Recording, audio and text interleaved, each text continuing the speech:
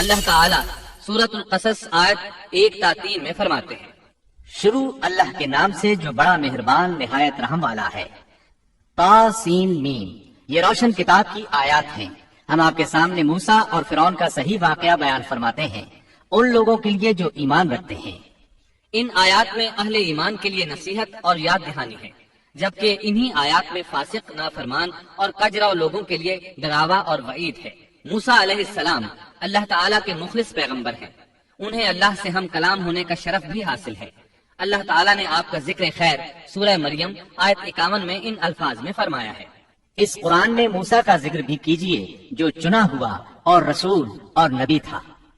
آپ کا نسب نامہ اس طرح ہے: موسیٰ بن عمران بن قاہس بن لاوا بن یعقوب بن اسحاق بن ابراہیم علیہ السلام۔ آپ کے اور یعقوب علیہ السلام کے درمیان زیادہ فاصلہ نہیں۔ موسیٰ علیہ السلام سانولے رنگ کے تھے، کافی تنو مند اور لہیم شہیم تھے، قوت اور ہمت والے تھے، حتیٰ کہ بعض نے لکھا ہے کہ ان میں 10 آدمیوں کی طاقت موجود تھی۔ آپ کی زبان میں لکنت تھی۔ سورہ زخرف آیت 52 میں اللہ تعالیٰ نے فرعون کی زبانی یہ بات نقل کی ہے، کیا میں بہتر نہیں ہوں بنسبت اس کے جو بے توقیر ہے اور صاف بول بھی نہیں سکتا؟ آپ کبھی کبھی بات کرتے ہوئے اٹک جاتے تھے، لیکن یہ بات نبی ہونے میں مانے نہیں۔ سورۃ القصص آیت 34 میں ہے، اور میرا بھائی ہارون مجھ سے بہت زیادہ فصیح زبان والا ہے۔ آپ کی گفتگو میں روانی نہیں تھی، یہی وجہ ہے کہ آپ نے ہارون علیہ السلام کے ذریعے اللہ تعالیٰ سے مدد مانگی۔ اس کی تفصیل یوں ہے، بنو اسرائیل یعنی سیدنا یعقوب علیہ السلام کی اولاد نے سیدنا یوسف علیہ السلام کے زمانے میں فلسطین سے مصر کی جانب نقل مکانی کی، جیسا کہ ہم نے قصہ یوسف کے آخر میں ذکر کیا ہے، اور سورہ یوسف آیت 99 میں ہے۔ یوسف نے اپنے ماں باپ کو اپنے پاس جگہ دی، اسی طرح سورہ یوسف آیت 100 میں ہے، اور اس نے اپنے تخت پر اپنے ماں باپ کو اونچا بٹھایا اور سب اس کے سامنے سجدے میں گر گئے۔ سیدنا یعقوب علیہ السلام، ان کی بیوی اور ان کے صاحبزادے سب کے سب ہجرت کر کے یوسف علیہ السلام کے پاس مصر پہنچ گئے۔ یوسف علیہ السلام مصر کے حاکم تھے، پھر سب وہیں رہائش پذیر ہو گئے۔ مورخین نے لکھا ہے جب وہ مصر میں داخل ہوئے تھے تو ان کی تعداد 80 تھی، پھر ان کی تعداد بڑھتی چلی گئی اور یہ زیادہ ہوتے چلے گئے، یہاں تک کہ جب موسیٰ علیہ السلام انہیں لے کر مصر سے باہر نکلے تو ان کی تعداد قریباً 6 لاکھ کے قریب تھی، اور یہ سب یوسف علیہ السلام کے عہد کے بعد ہوا۔ یوسف علیہ السلام کے زمانے میں مصر کا بادشاہ فرعون تھا۔ فرعون ایک لقب ہے، جیسے قیصر، کسرا اور نجاشی لقب ہے۔ ملک حبشہ کے ہر بادشاہ کو نجاشی کہتے ہیں، ملک روم اور قسطنطنیہ کے ہر فرما روا کو قیصر کہتے ہیں، ملک فارس کے ہر بادشاہ کو کسرا کہا جاتا تھا۔ اسی طرح جو بھی ملک مصر کا بادشاہ بنتا تھا فرعون کہلاتا تھا، اور یہ سب اس زمانے کی باتیں ہیں۔ یوسف علیہ السلام کے زمانے میں اس فرعون کا نام ایان بن وعید تھا۔ اس کے عہد میں یوسف علیہ السلام صاحب اختیار ہو گئے۔ یہ آپ کا بہت احترام کرتا تھا، اچھی طرح جانتا تھا کہ یوسف علیہ السلام اس کے دین پر نہیں ہے، اس کے باوجود وہ آپ پر اعتبار کرتا تھا۔ آپ ہی اس کی سلطنت کے اہم امور انجام دیتے تھے۔ یوسف علیہ السلام نے اپنے خداداد حکمت عملی سے ملک کو قحط سالی سے بچایا، بھوک اور افلاس سے نجات دلائی۔ اس لحاظ سے یوسف علیہ السلام کے دور میں بنی اسرائیل نے شاہانہ زندگی بسر کی۔ ملک مصر میں انہیں اعلیٰ مقام حاصل تھا۔ ایان کی وفات کے بعد قابوس بن مصعب بادشاہ بنا۔ یہ نہایت ظالم، جابر اور مشرک تھا۔ اس نے بنی اسرائیل پر مصیبتوں کے پہاڑ توڑے، لیکن ایسا یوسف علیہ السلام کی وفات کے بعد ہوا۔ پھر قابوس کی وفات کے بعد ایک اور فرعون مصر پر حکمران ہوا۔ یہ ولید بن مصعب تھا، یعنی قابوس کا بھائی تھا۔ اس ولید بن مصعب کی بیوی آسیہ بنت مزاحم تھی۔ ان کے متعلق نبی کریم صلی اللہ علیہ وسلم کا ارشاد گرامی ہے، مردوں میں تو بہت سے کامل ہوئے، لیکن عورتوں میں مریم بنت عمران اور فرعون کی بیوی آسیہ کے سوا اور کوئی کامل نہیں ہوا، اور بلا شبہ عائشہ رضی اللہ عنہا کی فضیلت تمام عورتوں پر ایسی ہے جیسے تمام کھانوں پر سرید کی فضیلت ہے۔ آسیہ ایک نیک، پاک باز اور مومنہ خاتون تھی۔ فرعون نے انہیں زبردستی غصب کر کے لانے کا ارادہ کیا، یعنی ان کے باپ سے چھین کر زبردستی اپنے پاس رکھنے کا ارادہ کیا۔ اس پر ان کے باپ نے کہا وہ ابھی کم عمر ہے۔ فرعون بولا نہیں، وہ کم عمر نہیں ہے، تو اس کا نکاح حق مہر کے عوض میرے ساتھ کر دے۔ اب آسیہ کا باپ ان کے پاس آیا اور فرعون کے ارادے سے انہیں باخبر کیا۔ انہوں نے کہا میں ایک کافر سے کس طرح شادی کر سکتی ہوں؟ اس پر فرعون نے پورے خاندان کو ہلاک کرنے کی دھمکی دی۔ آخرکار سیدہ آسیہ نے اپنے خاندان کو بچانے کے لیے اس سے نکاح کر لیا، لیکن اس سے حق مہر لینا پسند نہ کیا۔ اس طرح سیدہ آسیہ نے دل سے برا جانتے ہوئے فرعون کے ساتھ زندگی بسر کی۔ اس کے گھر پہنچ کر وہ اس جیسی کافرہ نہیں بنی بلکہ پکی مومنہ رہی۔ بہرحال یہ تھا ان کی شادی کا واقعہ۔ یہ فرعون یعنی ولید بن مصعب بہت جابر اور ظالم شخص تھا۔ ظلم و جبر کی ان آخری حدوں کو پہنچ گیا تھا جن تک شاید انسانوں میں سے کوئی بھی نہ پہنچا ہوگا، یہاں تک کہ اس نے رب ہونے کا دعویٰ کر دیا۔ وہ اللہ تعالیٰ کا انکار کرتے ہوئے کہا کرتا تھا۔ فرعون کہنے لگا اے درباریوں، میں تو اپنے سوا کسی کو تمہارا معبود نہیں جانتا۔ اور وہ یہ بھی کہتا تھا، کہنے لگا تم سب کا رب میں ہی ہوں۔ اس نے الوہیت اور ربوبیت دونوں میں اللہ تعالیٰ سے جھگڑا کیا۔ اللہ تعالیٰ سورۃ القصص آیت 4 میں فرماتے ہیں، یقیناً فرعون نے زمین میں سرکشی کر رکھی تھی اور وہاں کے لوگوں کو گروہ گروہ بنا رکھا تھا اور ان کے ایک فرقے کو کمزور کر رکھا تھا اور ان کے لڑکوں کو تو ذبح کر ڈالتا تھا اور ان کی لڑکیوں کو زندہ چھوڑ دیتا تھا۔ بلا شک و شبہ وہ تھا ہی فساد کرنے والوں میں سے۔ اس نے لوگوں کے گروہ اور جماعتیں بنا رکھی تھی۔ فرعون کے زمانے میں بنی اسرائیل سب سے حقیر اور کم درجہ قوم تھی۔ فرعون نے انہیں حد درجے ذلیل اور بے عزت بنا رکھا تھا۔ سبھی کو معاشرے میں نچلے طبقے میں شمار کیا جاتا تھا، جبکہ مصر میں یہی لوگ شاہانہ زندگی گزارا کرتے تھے۔ فرعون نے اعلان کرا رکھا تھا کہ بنی اسرائیل سب کے سب غلام ہیں۔ وہ ان سے زر خرید غلاموں کی طرح مزدوری لیا کرتا تھا۔ ان کی عورتوں سے لونڈیوں باندیوں جیسا برتاؤ کیا جاتا تھا۔ وہ جو چاہتا تھا ان سے کرتا تھا۔ اس نے یہ حکم اپنی رعایا میں عام دے رکھا تھا۔ مصر کے باشندے اعلیٰ درجے کے لوگ سمجھے جاتے تھے، وہ قبطی کہلاتے تھے۔ فرعون نے بنی اسرائیل کو غلام اور محکوم بنا رکھا تھا اور انہیں ہر طرح سے کمزور کر دیا تھا۔ اللہ تعالیٰ سورۃ القصص آیت 4 میں فرماتے ہیں، اور اس نے ان میں سے ایک فرقے کو کمزور کر رکھا تھا۔ بنی اسرائیل اس ذلت سے نجات پانے کا انتظار کر رہے تھے، اور اس کی وجہ یہ تھی کہ انہیں ایک بشارت ملی ہوئی تھی۔ اس کے مطابق ان کا نظریہ تھا کہ فرعون کے گھر سے ایک بچہ نکلے گا جو انہیں نجات دلائے گا۔ اور یہ بھی بیان کیا جاتا ہے کہ یہ بشارت انہیں اس طرح ملی تھی کہ خود فرعون نے خواب دیکھا تھا کہ بیت المقدس سے آگ نکل کر مصر کی جانب بڑھتی چلی آ رہی ہے۔ وہ آگ مصر میں موجود تمام لوگوں کو جلائے ڈالتی ہے، مگر اس آگ سے بنی اسرائیل کے گھر محفوظ رہتے ہیں۔ فرعون نے اس خواب کی تعبیر کاہنوں سے پوچھی۔ وہ کاہن اس کے نزدیک عالم تھے۔ انہوں نے خواب کی تعبیر یہ بتائی کہ بنی اسرائیل میں ایک بچہ ایسا پیدا ہونے والا ہے جس کی وجہ سے مصریوں کی ہلاکت ہوگی۔ یہ تعبیر سن کر فرعون ڈر گیا۔ تب اس نے ایک خوفناک حکم جاری کیا، بنی اسرائیل میں جو بچہ پیدا ہو اسے قتل کر دیا جائے۔ اللہ کی قدرت دیکھیے کہ ہارون علیہ السلام اس سے پہلے پیدا ہو چکے تھے اور موسیٰ علیہ السلام کی والدہ امید سے تھی۔ فرعون نے اپنا حکم یوں جاری کیا تھا کہ اگر ان کے ہاں بیٹے پیدا ہوں تو انہیں قتل کر دو، بیٹیاں پیدا ہوں تو انہیں زندہ چھوڑ دیا جائے۔ چنانچہ ایسا ہی کیا جانے لگا۔ ہر نومولود بچے کو قتل کیا جانے لگا، بچیوں کو چھوڑ دیا جاتا۔ یہ تھا بچوں کو ذبح کرنے کا حکم جو بنی اسرائیل میں شروع ہوا۔ اس کا طریقہ انہوں نے یہ اختیار کیا کہ ہر حاملہ خاتون کی نگرانی شروع کر دی۔ دایا عورتوں کے ذمے یہ ڈیوٹی لگائی کہ حاملہ مستورات کی اطلاع دیں گی، اور جو دایا اطلاع نہ دیتی اسے بھی قتل کر دیا جاتا۔ اس طرح فرعون اور اس کے وزیروں کو ہر نومولود سے باخبر رکھا جاتا تھا۔ ان دنوں سیدنا موسیٰ علیہ السلام کی والدہ اپنے حمل کے ابتدائی دنوں میں تھی۔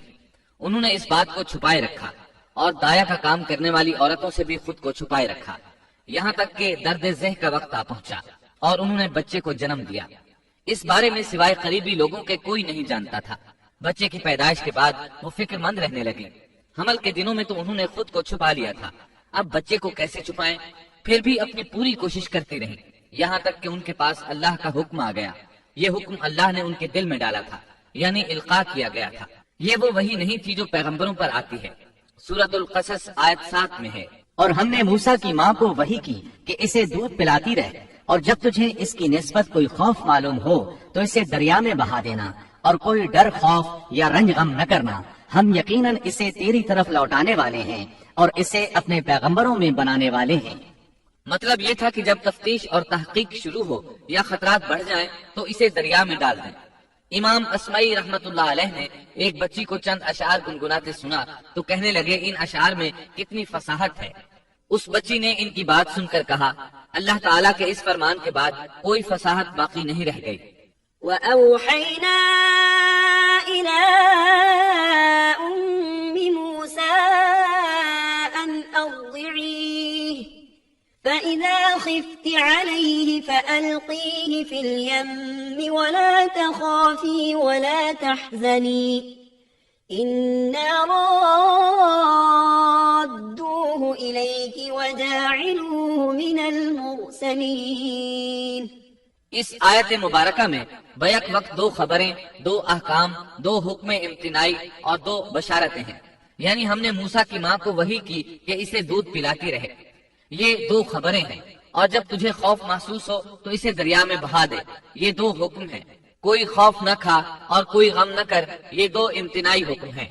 ہم یقیناً اسے تیری طرف لوٹانے والے ہیں اور اسے اپنے پیغمبروں میں سے ایک پیغمبر بنانے والے ہیں، یہ دو بشارتیں ہیں۔ اور پھر واقعی تلاش شروع ہو گئی، بنی اسرائیل پر سختی کی گئی۔ موسیٰ علیہ السلام کی ماں نے اللہ کے حکم کے مطابق بچے کو صندوق میں رکھا اور دریا میں چھوڑ دیا۔ ساتھ ہی موسیٰ علیہ السلام کی بہن سے کہا تو بھی اس کے پیچھے پیچھے چلتی جا۔ چنانچہ وہ دریائے نیل کی موجوں میں چلے اور ان کی بہن کنارے کنارے چلی، اپنے بھائی کی نگرانی کرتی جا رہی ہے کہ دریا میں ڈالنے کے بعد کیا بنتا ہے۔ اللہ تعالیٰ سورۃ القصص آیت 11 میں فرماتے ہیں، موسیٰ کی والدہ نے ان کی بہن سے کہا تو اس کے پیچھے پیچھے جا، تو وہ اسے دور ہی دور سے دیکھتی رہی اور فرعونیوں کو اس کا علم بھی نہ ہوا۔ صندوق بہتا ہوا فرعون کے محلات کے قریب آن ٹھہرا۔ محلات دریائے نیل کے کنارے تھے۔ اللہ تعالیٰ سورۃ القصص میں فرماتے ہیں، آخر فرعون کے آدمیوں نے صندوق اٹھا لیا، آخر کار یہی بچہ ان کا دشمن ہوا اور ان کے رنج کا باعث بنا۔ اب وہ اس کی بھلائی چاہ رہے ہیں، لیکن وہی فرعونیوں کے لیے وبال جان بننے والا تھا۔ اللہ سورۃ القصص آیت 8 میں فرماتے ہیں، کچھ شک نہیں کہ فرعون اور حامان اور ان کے لشکر تھے ہی خطا کار۔ فرعون کی بیوی نے فوراً پہچان لیا کہ یہ بچہ بنی اسرائیل میں سے ہے، چنانچہ اس نے کہا، اور فرعون کی بیوی نے کہا یہ تو میری اور تیری آنکھوں کی ٹھنڈک ہے، اسے قتل نہ کرو، بہت ممکن ہے یہ ہمیں کوئی فائدہ پہنچائے یا ہم اسے اپنا بیٹا ہی بنا لیں، اور یہ لوگ شعور ہی نہیں رکھتے تھے۔ مطلب یہ کہ اس پورے معاملے میں اللہ تعالیٰ کی تدبیر سے انہیں آگاہی نہیں تھی۔ اس پر فرعون نے کہا، یہ صرف تیری آنکھوں کی ٹھنڈک ہے، میری نہیں۔ میں نہیں چاہتا بنی اسرائیل کا کوئی بچہ میری نگرانی میں پلے، لہٰذا یہ صرف تیری ہی آنکھوں کی ٹھنڈک ہے۔ ابن عباس رضی اللہ عنہما فرماتے ہیں، اگر فرعون یہ بات کہہ دیتا کہ یہ میری بھی آنکھوں کی ٹھنڈک ہے تو اللہ تعالیٰ اسے ہدایت دے دیتا، لیکن اس نے یوں کہا، یہ صرف تیری آنکھوں کی ٹھنڈک ہے، میری نہیں۔ اور پھر ہوا بھی یہی، موسیٰ علیہ السلام آسیہ کی آنکھوں کی ٹھنڈک بن گئے، فرعون کی آنکھوں کی ٹھنڈک نہ بنے۔ اللہ تعالیٰ سورۃ القصص آیت 10 میں فرماتے ہیں، اور موسیٰ کی والدہ کا دل بے قرار ہو گیا، یعنی اس کا دل موسیٰ علیہ السلام کی یاد کے علاوہ دنیا کی ہر چیز سے خالی ہو گیا۔ ماں کی محبت اور ماں کے دل کا حال ذرا دیکھیے، مصیبت میں اس پر کیا گزرتی ہے۔ وہ مہربانی جو ماں کے دل میں ہوتی ہے، وہ محبت جو صرف اسی دل کا خاصہ ہے، ہم مردوں کی جماعت اس کیفیت کو نہیں جانتی جو مصیبت کے وقت ماں کے دل پر گزرتی ہے۔ چنانچہ اللہ تعالیٰ فرما رہے ہیں، اور موسیٰ کی والدہ کا دل بے قرار ہو گیا، یعنی موسیٰ علیہ السلام کی محبت کے سوا اس دل میں اور کچھ نہ رہا۔ ہر وہ چیز جو اسے دنیا میں پیاری تھی موسیٰ کی محبت پر غالب نہ آ سکی، بس دل میں موسیٰ ہی موسیٰ تھے۔ اللہ تعالیٰ سورۃ القصص آیت 10 میں فرماتے ہیں، قریب تھی کہ اس واقعے کو بالکل ظاہر کر دیتی اگر ہم ان کے دل کو ڈھارس نہ دے دیتے، یہ اس لیے کہ وہ یقین کرنے والوں میں رہے۔ اب دیکھیے اللہ تعالیٰ کے کام، ان کے نور چشم کو کس طرح ان کی طرف واپس لوٹایا۔ بچہ جب محل میں پہنچا تو اس نے دودھ کے لیے رونا شروع کر دیا۔ اس کے پاس دودھ پلانے والیاں لائی گئیں، لیکن بچے نے کسی عورت کا دودھ نہ پیا۔ آخر وہ بچے کو اٹھا کر باہر لائے۔ اللہ آیت 12 میں فرماتے ہیں، اور ان کے پہنچنے سے پہلے ہم نے موسیٰ پر دائیوں کا دودھ حرام کر دیا تھا۔ جو عورت بھی آپ کو دودھ پلانے کی کوشش کرتی ناکام ہو جاتی۔ اب ظاہر ہے یہ رکاوٹ تو اللہ تعالیٰ کی طرف سے تھی، کوئی دودھ پلانے میں کامیاب ہو بھی کیسے سکتی تھی۔ ادھر موسیٰ علیہ السلام کی بہن دور کھڑی یہ سب دیکھ رہی تھی۔ سورۃ القصص آیت 12 میں ہے، یہ کہنے لگی، کیا میں تمہیں ایسا گھرانہ نہ بتاؤں جو اس بچے کی تمہارے لیے پرورش کرے اور ہوں بھی وہ اس بچے کے خیر خواہ۔ انہوں نے پوچھا، اے بچی تو کیسے جانتی ہے کہ وہ اس بچے کی خیر خواہی کریں گے؟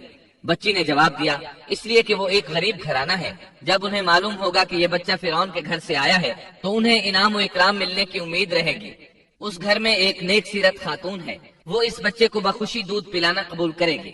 انہوں نے کہا، چلو ٹھیک ہے۔ چنانچہ آپ کی بہن انہیں گھر لے آئی۔ والدہ محترمہ نے بچے کو دودھ پلایا تو آپ نے فوراً دودھ پینا شروع کر دیا۔ سیدہ آسیہ نے ان کی طرف پیغام بھیجا کہ وہ محل میں آ جائے اور جب تک بچہ دودھ پیتا رہے وہ اس کے پاس محل ہی میں رہے، لیکن موسیٰ علیہ السلام کی ماں نے انکار کر دیا۔ انہوں نے کہا میرے اہل و عیال ہیں، میرے خاوند بھی ہیں، لہٰذا ان کے ہوتے ہوئے میں گھر نہیں چھوڑ سکتی۔ اب چونکہ بچے نے کسی اور کا دودھ پینا قبول نہیں کیا تھا اس لیے وہ خود بچے کو لے کر آتے تھے۔ اس طرح موسیٰ علیہ السلام کی والدہ کا بے حد احترام ہونے لگا۔ فرعون کے ہر کارے تحفے تحائف ان کے گھر لانے لگے۔ اللہ تعالیٰ آیت 13 میں فرماتے ہیں، بس ہم نے اسے اس کی ماں کی طرف واپس پہنچایا تاکہ اس کی آنکھیں ٹھنڈی رہیں اور آزردہ خاطر نہ ہو، اور جان لے کہ اللہ کا وعدہ سچا ہے، لیکن اکثر لوگ نہیں جانتے۔ اس طرح موسیٰ علیہ السلام شاہی محل میں پلنے بڑھنے لگے، یہاں تک کہ 18 سال کے خوبرو نوجوان ہو گئے۔ اللہ تعالیٰ آیت 14 میں فرماتے ہیں، اور جب موسیٰ اپنی جوانی کو پہنچ گئے اور پورے توانا ہو گئے تو ہم نے انہیں علم و حکمت عطا فرمایا۔ نیکی کرنے والوں کو ہم اسی طرح بدلہ دیا کرتے ہیں۔ وقت گزرتا رہا۔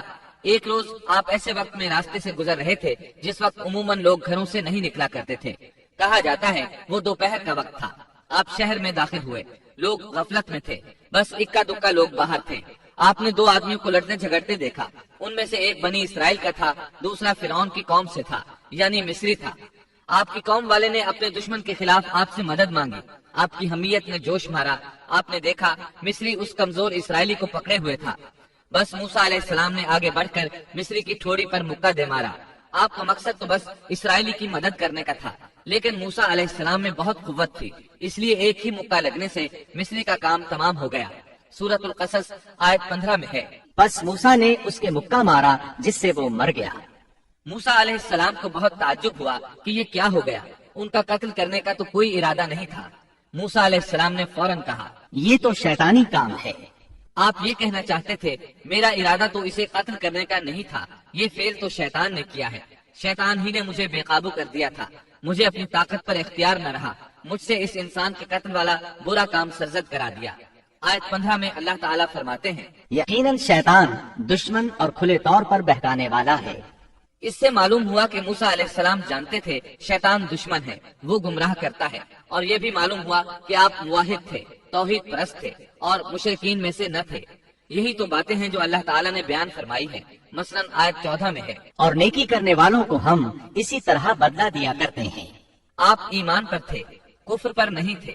آپ نے اللہ تعالیٰ سے اس بلا ارادہ ہو جانے والے گناہ کی معافی مانگی، اللہ تعالیٰ کے حضور توبہ کی، جیسا کہ آیت 16 میں آتا ہے۔ پھر کہنے لگا کہ اے پروردگار، میں نے خود اپنے اوپر ظلم کیا، تو مجھے معاف فرما دے۔ اللہ نے اسے بخش دیا، وہ بخشنے والا اور بہت مہربانی کرنے والا ہے۔ یہ گناہ بلا ارادہ ہوا تھا، خطا تھی۔ پھر آپ نے ان الفاظ میں اللہ سے وعدہ کیا، کہنے لگا اے میرے رب، جیسے تو نے مجھ پر یہ کرم کیا، میں بھی اب ہرگز کسی گناہگار کا مددگار نہیں بنوں گا۔ آپ کا مطلب یہ تھا کہ باری تعالیٰ آپ نے مجھے معافی دے کر مجھ پر کرم کیا، گویا آپ کو سمجھ آ گئی تھی کہ اللہ تعالیٰ نے ان کی توبہ قبول کر لی ہے، ان پر رحم فرما دیا ہے۔ چنانچہ اب وعدہ کر رہے ہیں کہ کسی گناہگار کی کبھی مدد نہیں کریں گے بلکہ ان کے خلاف رہیں گے۔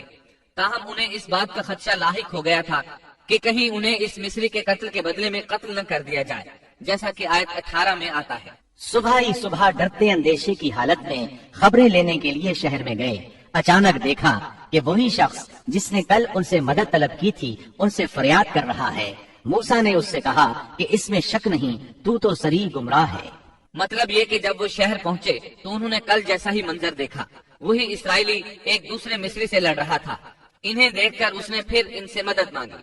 تب آپ نے فرمایا تو جھگڑالو آدمی ہے، تاہم آپ آگے بڑھے تاکہ مصری کے مقابلے میں اس کی مدد کریں۔ تب وہ کہنے لگا کہ موسیٰ، کیا جس طرح تو نے کل ایک شخص کو قتل کیا ہے مجھے بھی مار ڈالنا چاہتا ہے؟ اس کی اس بات سے موسیٰ علیہ السلام سمجھ گئے کہ کل والی خبر شہر میں پھیل چکی ہے۔ اب انہوں نے خود کو چھپانا چاہا۔ اس وقت آپ کے پاس آل فرعون میں سے ایک مومن آدمی بھاگتا ہوا آیا، وہ موسیٰ علیہ السلام سے بہت محبت کرتا تھا۔ اس کا ذکر آیت 20 میں آیا ہے۔ شہر کے پرلے کنارے سے ایک شخص دوڑتا ہوا آیا اور کہنے لگا، موسیٰ، یہاں کے سردار تیرے قتل کا مشورہ کر رہے ہیں، بس تو فوراً چلا جا، مجھے اپنا خیر خواہ مان۔ اس سے پہلے کہ وہ تجھے گرفتار کر لیں، جلدی کر، یہاں سے نکل جا۔ آپ خوف زدہ ہو گئے کیونکہ فرعون تو پہلے ہی آپ سے محبت نہیں کرتا تھا، اس نے تو آپ کو سیدہ آسیہ کے کہنے پر محل میں رکھا تھا۔ اس کے علاوہ فرعون کی قوم کے دوسرے سردار بھی یہ بات اچھی طرح جانتے تھے کہ آپ بنی اسرائیل میں سے ہیں. وہ آپ سے بغض رکھتے تھے. اب تو ان کے ہاتھ موقع آ گیا تھا. اس موقع سے فائدہ اٹھاتے ہوئے انہوں نے قتل کا مشورہ کیا تھا. چنانچہ موسیٰ علیہ السلام وہاں سے خوف زدہ ہو کر نکل کھڑے ہوئے. مصری آپ کی تلاش میں تھے. فرعون نے اپنے جاسوس آپ کی تلاش میں بھیج دیے تھے. ادھر موسیٰ علیہ السلام اللہ تعالیٰ سے یہ دعا مانگ رہے تھے: اے میرے پروردگار، مجھے ظالموں کے گروہ سے بچا لے. اللہ تعالیٰ نے آپ کی دعا قبول فرمائی. آپ کو راستہ بھی دکھایا. آپ جنگل کی طرف نکل کھڑے ہوئے. آپ کے پاس کھانا تھا نہ پانی، نہ آپ کے پاس سواری کا جانور تھا. آپ کو کچھ معلوم نہیں تھا کہ کدھر جا رہے ہیں. بس آپ جنگل میں چلتے رہے.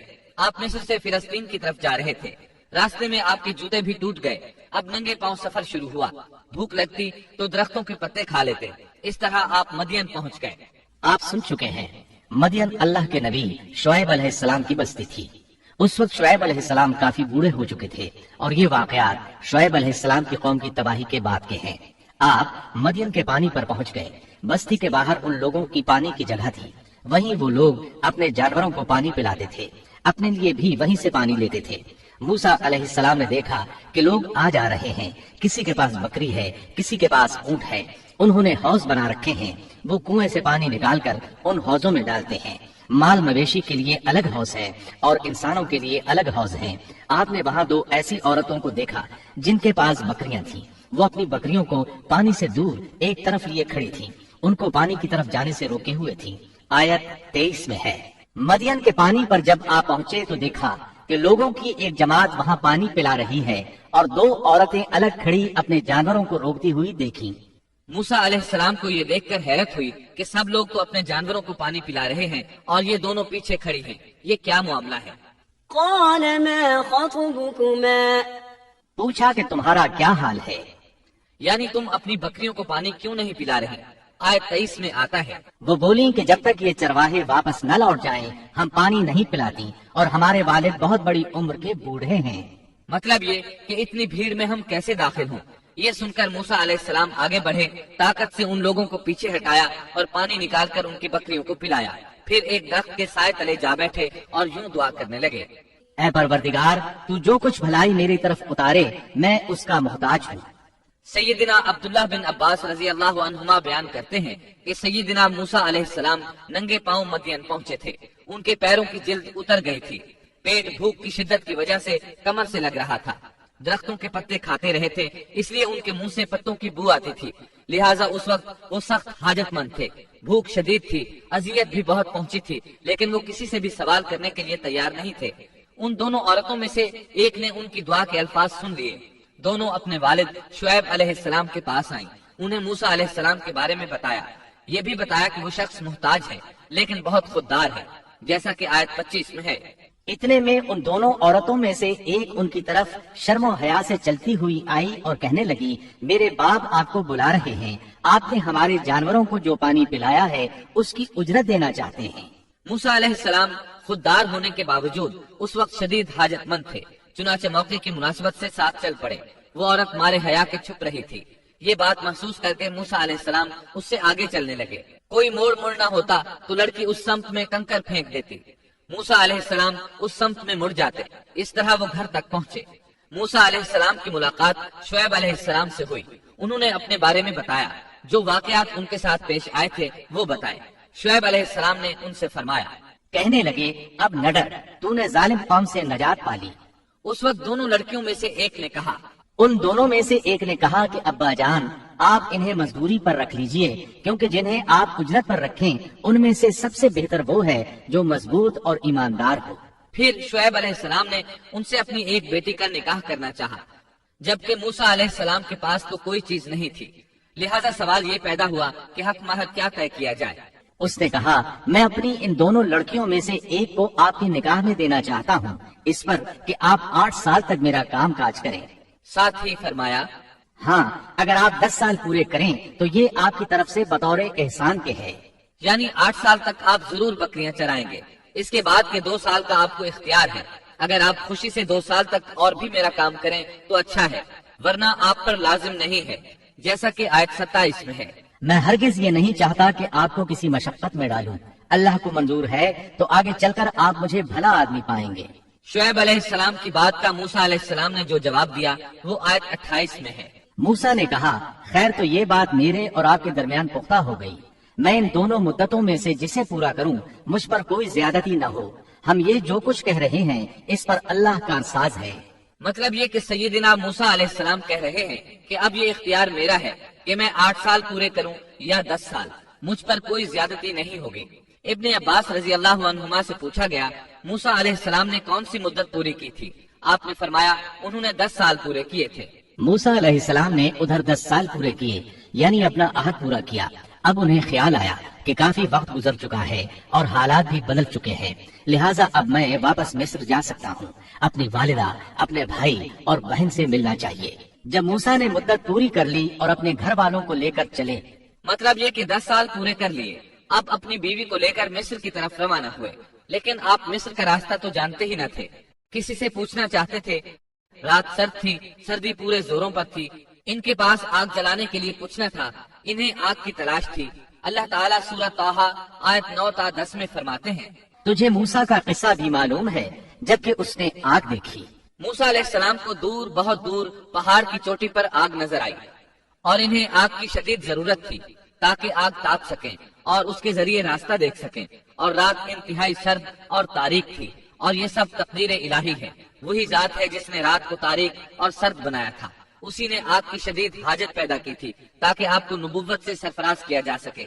انہوں نے آگ دیکھی تو اپنے گھر والوں سے کہا مجھے آگ دکھائی دی ہے، بہت ممکن ہے کہ میں اس کا کوئی انگارہ تمہارے پاس لاؤں یا آگ کے پاس سے راستے کی اطلاع پاؤں۔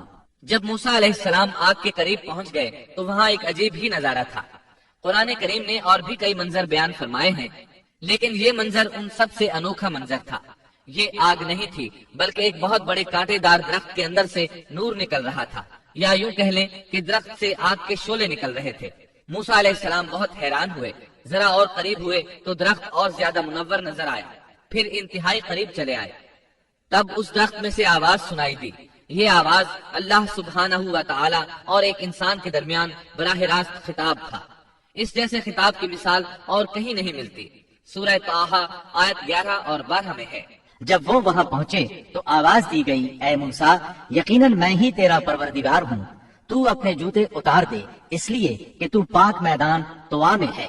سورہ طٰہٰ آیات 13 تا 16 میں اللہ تعالیٰ فرماتے ہیں اور میں نے تجھے منتخب کر لیا ہے، اب جو وحی کی جائے اسے کان لگا کر سن، بے شک میں ہی اللہ ہوں، میرے سوا کوئی عبادت کے لائق نہیں، بس تو میری ہی عبادت کر اور میری یاد کے لیے نماز قائم رکھ۔ قیامت یقیناً آنے والی ہے جس کو میں پوشیدہ رکھنا چاہتا ہوں تاکہ ہر شخص کو وہ بدلہ دیا جائے جو اس نے کوشش کی ہو، بس اب اس کے یقین سے تجھے کوئی ایسا شخص روک نہ دے جو اس پر ایمان نہ رکھتا ہو اور اپنی خواہش کے پیچھے پڑا ہو، ورنہ تو ہلاک ہو جائے گا۔ قرآن کریم میں یہ مضمون دیگر مقامات پر بھی بیان ہوا ہے۔ سورۃ القصص آیت 30 میں ہے بس جب وہاں پہنچے تو اس بابرکت زمین کے میدان کے دائیں کنارے کے درخت میں سے آواز دیے گئے کہ اے موسیٰ یقیناً میں ہی اللہ ہوں، سارے جہانوں کا پروردگار۔ اللہ تعالیٰ نے براہ راست ان سے کلام فرمایا، ان سے خطاب کیا اور اپنی عظمت کو ان کے سامنے ظاہر کیا، پھر پوچھا اے موسیٰ تیرے اس دائیں ہاتھ میں کیا ہے؟ اللہ تعالیٰ تو جانتے تھے لیکن اپنی قدرت دکھانے کے لیے پوچھا۔ موسیٰ علیہ السلام نے جواب دیا کہ یہ میری لاٹھی ہے، اس پر میں ٹیک لگاتا ہوں اور اس سے میں اپنی بکریوں کے لیے پتے جھاڑ لیا کرتا ہوں، اور بھی اس میں مجھے بہت سے فائدے ہیں۔ اللہ تعالیٰ نے فرمایا اسے ہاتھ سے نیچے ڈال دے۔ جو ہی موسیٰ علیہ السلام نے لاٹھی نیچے گرائی وہ سانپ بن کر دوڑنے لگا۔ سورۃ القصص آیت 31 میں یہ ذکر یوں آیا ہے اور یہ آواز بھی آئی کہ اپنی لاٹھی ڈال دو، پھر جب اس کو دیکھا کہ وہ سانپ کی طرح پھن پھنا رہی ہے تو پیٹ پھیر کر واپس ہو گئے، یعنی اس طرح بھاگے کہ پیٹ پھیر کر نہ دیکھا۔ ایسے میں اللہ تعالیٰ نے آواز دی اے موسیٰ آگے آ، ڈر مت، یقیناً تو ہر طرح امن والا ہے۔ اسی طرح سورہ طٰہٰ آیت 21 میں فرمایا بے خوف ہو کر اسے پکڑ لے، ہم اسے اسی پہلی سی صورت میں دوبارہ لا دیں گے، یعنی اسے دوبارہ لاٹھی بنا دیں گے۔ موسیٰ علیہ السلام واپس پلٹے، اس کو دم سے پکڑا تو وہ پھر لاٹھی بن گئی۔ اب اللہ تعالیٰ نے فرمایا اور اپنا ہاتھ اپنی بغل میں ڈال لے۔ سورۃ القصص آیت 32 میں الفاظ یوں ہیں اپنے ہاتھ کو اپنے گریبان میں ڈال۔ دونوں جملوں کا ایک ہی مطلب ہے، کہ اپنے ہاتھ کو کپڑے کے نیچے سے داخل کر کے اپنے بغل تک لے جا۔ موسیٰ علیہ السلام نے ایسے ہی کیا۔ جب ہاتھ باہر نکالا تو وہ اس طرح چمک رہا تھا جیسے سورج۔ ان کے ہاتھ سے نور عظیم نکل رہا تھا۔ اللہ تعالیٰ سورہ طٰہٰ آیت 22 میں فرماتے ہیں، اور اپنا ہاتھ اپنی بغل میں ڈال لے تو وہ سفید چمکتا ہوا ہو کر نکلے گا، لیکن بغیر کسی عیب اور روگ کے۔ یہ دوسرا معجزہ ہے۔ دوسرے مقام یعنی سورۃ القصص آیت 32 میں ہے، اپنے ہاتھ کو اپنے گریبان میں ڈال، وہ بغیر کسی قسم کے روگ کے چمکتا ہوا بالکل سفید نکلے گا۔ اور جب ہاتھ کو دوبارہ بغل میں لے جاؤ گے تو روشنی ختم ہو جائے گی، یعنی ایک بار ہاتھ بغل میں دو گے تو روشن ہو کر باہر نکلے گا، اور جب دوسری بار ہاتھ بغل میں لے جاؤ گے تو روشنی چلی جائے گی، اور یہ اللہ تعالیٰ کی طرف سے معجزہ ہوگا۔ سورۃ القصص آیت 32 میں ہے، اور خوف سے بچنے کے لیے اپنے بازو اپنی طرف ملا لے۔ یعنی جب تو خوف و خطرہ محسوس کرے، تجھے کوئی دھمکی دے اور تجھے کوئی خوف محسوس ہو تو اپنا ہاتھ اپنی طرف ملا لینا، خوف جاتا رہے گا۔ حافظ ابن کثیر رحمت اللہ علیہ فرماتے ہیں کہ موسیٰ علیہ السلام کی اقتداء میں جو شخص بھی گھبراہٹ کے موقع پر اپنے دل پر ہاتھ رکھے گا تو اس کے دل سے خوف جاتا رہے گا، یا کم از کم ہلکا ہو جائے گا انشاءاللہ۔ اللہ تعالیٰ سورۃ القصص آیت 32 میں فرماتے ہیں، بس یہ دونوں معجزے تیرے لیے تیرے رب کی طرف سے ہیں، فرعون اور اس کی قوم کی طرف، یقیناً وہ سب کے سب بے حکم اور نافرمان لوگ ہیں۔ آگے اللہ تعالیٰ فرماتے ہیں، یہ اس لیے کہ ہم تجھے اپنی بڑی بڑی نشانیاں دکھانا چاہتے ہیں۔ اس کے بعد سورہ طٰہٰ آیت 24 میں یہ حکم ملتا ہے، اب تو فرعون کی طرف جا، اس نے بڑی سرکشی مچا رکھی ہے۔ موسیٰ علیہ السلام نے اللہ تعالیٰ سے ان الفاظ میں عرض کی، موسیٰ نے کہا، اے میرے پروردگار، میرا سینہ میرے لیے کھول دے اور میرے کام کو مجھ پر آسان کر دے، اور میری زبان کی گرہ بھی کھول دے۔ یعنی میری زبان میں لکنت ہے، جب تک میری زبان کی یہ حالت ہے میں انہیں کس طرح دعوت دوں گا، جیسا کہ سورہ طٰہٰ آیت 27 اور 28 میں ہے، اور میری زبان کی گرہ بھی کھول دے تاکہ لوگ اچھی طرح میری بات کو سمجھ سکیں۔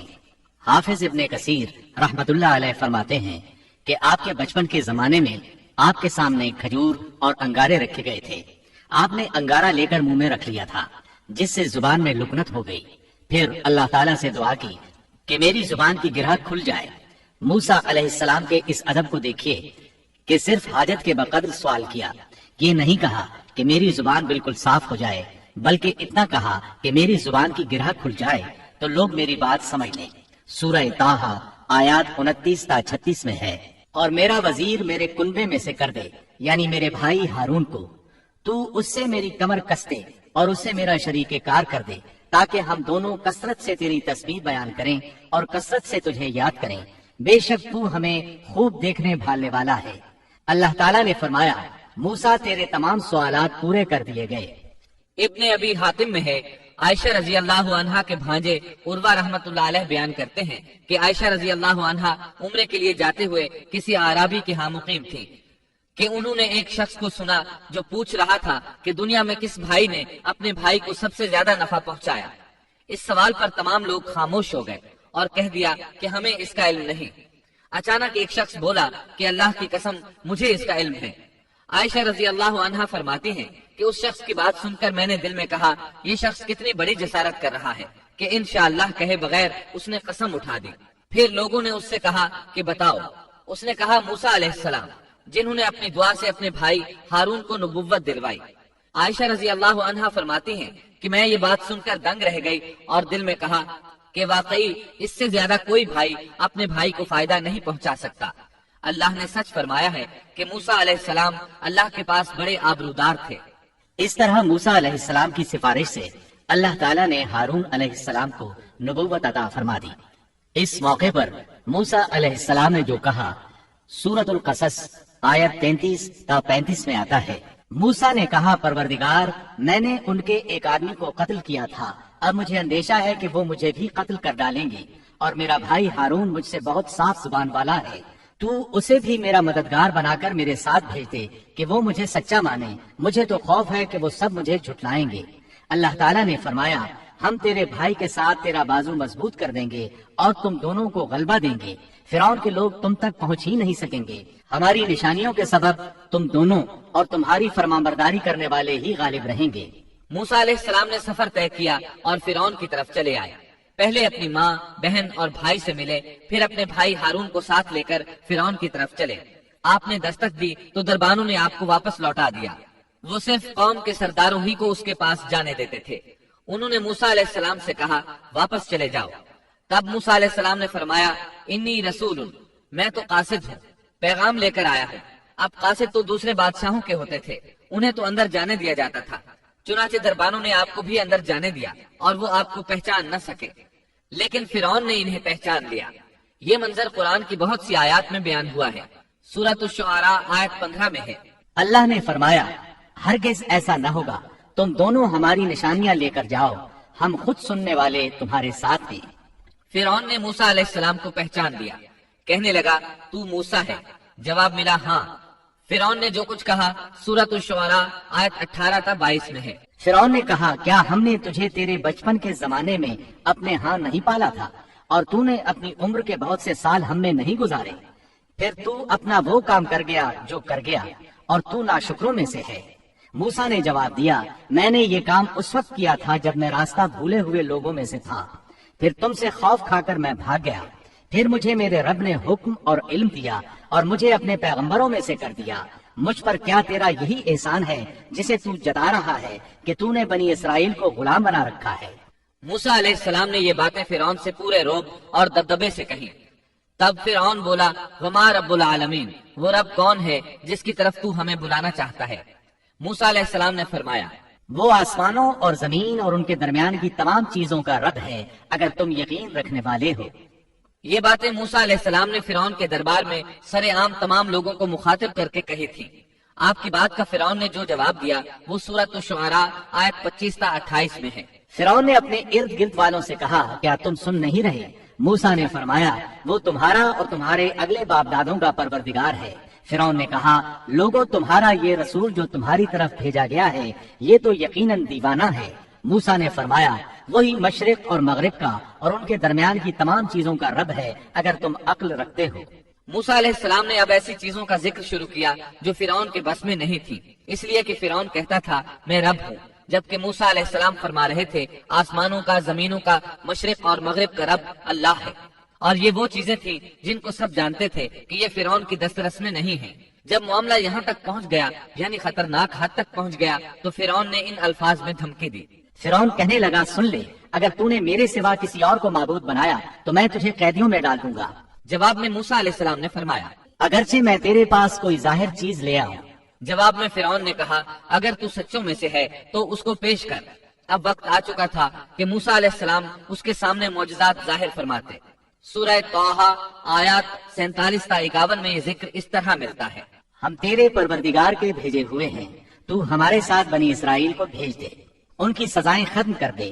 ہم تو تیری طرف تیرے رب کی طرف سے نشان لے کر آئے ہیں، اور سلامتی اسی کے لیے ہے جو ہدایت کا پابند ہو جائے۔ ہماری طرف وحی کی گئی ہے کہ جو جھٹلائے اور روگردانی کرے اس کے لیے عذاب ہیں۔ فرعون نے پوچھا اے موسیٰ تم دونوں کا رب کون ہے؟ انہوں نے جواب دیا ہمارا رب وہ ہے جس نے ہر ایک کو اس کی خاص شکل و صورت عنایت فرمائی، پھر راہ سمجھا دی۔ اس نے کہا اچھا یہ تو بتاؤ اگلے زمانے والوں کا حال کیا ہونا ہے؟ فرعون کا مطلب یہ تھا کہ جنہوں نے اس رب کی عبادت نہیں کی جس کے بارے میں تو ہم سے گفتگو کر رہا ہے ان کا حال کیا ہوگا؟ موسیٰ علیہ السلام نے جو جواب دیا اس کا ذکر سورہ طٰہٰ آیت 52 میں آیا ہے۔ انہوں نے جواب دیا ان کا علم میرے رب کے ہاں کتاب میں موجود ہے، نہ تو میرا رب غلطی کرتا ہے نہ بھولتا ہے۔ سورہ طٰہٰ آیت 53 اور 54 میں اللہ تعالیٰ اپنا تعارف یوں بیان فرماتے ہیں اسی نے تمہارے لیے زمین کو فرش بنایا ہے اور اس میں تمہارے چلنے کے لیے راستے بنائے ہیں، اور آسمان سے پانی بھی وہی برساتا ہے، پھر اس برسات کی وجہ سے مختلف قسم کی پیداوار بھی ہم ہی پیدا کرتے ہیں، اور تمہیں اجازت دی کہ خود بھی کھاؤ اور اپنے مویشی بھی چراؤ۔ ان سب چیزوں میں عقل والوں کے لیے اللہ کی قدرت کی نشانیاں ہیں۔ اب وہ موقع آ پہنچا تھا کہ ان کے سامنے نشانیاں اور معجزات ظاہر کیے جائیں۔ فرعون بولا اچھا اگر تو اپنے دعوے میں سچا ہے تو نشانیاں پیش کر۔ سورۃ الشعراء آیت 32 اور 33 میں ہے۔ موسیٰ نے اسی وقت اپنی لاٹھی ڈال دی جو اچانک کھلم کھلا اژدہا بن گئی، اور اپنا ہاتھ بغل میں دے کر نکالا تو وہ اچانک دیکھنے والوں کے لیے چمکنے لگا۔ مطلب یہ کہ موسیٰ علیہ السلام نے دو عظیم معجزات ظاہر کیے۔ ان کو دیکھتے ہی فرعون اور اس کے درباری سب حیرت زدہ رہ گئے۔ انہوں نے دانتوں تلے انگلیاں دبا لی۔ لیکن فرعون نے فوراً پینترا بدلا. وہ ڈر گیا تھا کہ کہیں اس کا کوئی درباری اسلام نہ قبول کر لے. چنانچہ فوراً بول اٹھا. کہنے لگا اے موسیٰ تم ہمارے پاس اس لیے آئے ہو کہ ہمیں ہمارے ملک سے اپنے جادو کے زور سے نکال دو. یعنی تو نے جادوگروں والا کرتب دکھایا ہے. ہم اچھی طرح جانتے ہیں کہ یہ جادو کی سرزمین ہے. یہاں بڑے بڑے جادوگر رہتے ہیں، لیکن یہ جادو عجیب سا ہے. کیا تیرا ارادہ یہ ہے کہ تو اپنے جادو کے زور سے ہمیں مرعوب کر کے بنی اسرائیل کو لے جائے؟ لیکن ہم مرعوب ہونے کی بجائے تیرا مقابلہ کریں گے. سو ہم بھی تمہارے مقابلے میں ایسا ہی جادو لائیں گے. تو ہمارے اور اپنے درمیان ایک وعدے کا وقت مقرر کر لے، نہ ہم اس کی خلاف ورزی کریں اور نہ تم کرو. کسی ہموار میدان میں مقابلہ ہو. موسیٰ علیہ السلام تو اسی موقع کی تلاش میں تھے تاکہ سب لوگوں کو دعوت دے سکیں. موسیٰ علیہ السلام نے اسی وقت کہا. موسیٰ نے جواب دیا کہ زینت اور جشن کے دن کا وعدہ ہے، اور یہ کہ لوگ دن چڑھے ہی جمع ہو جائیں.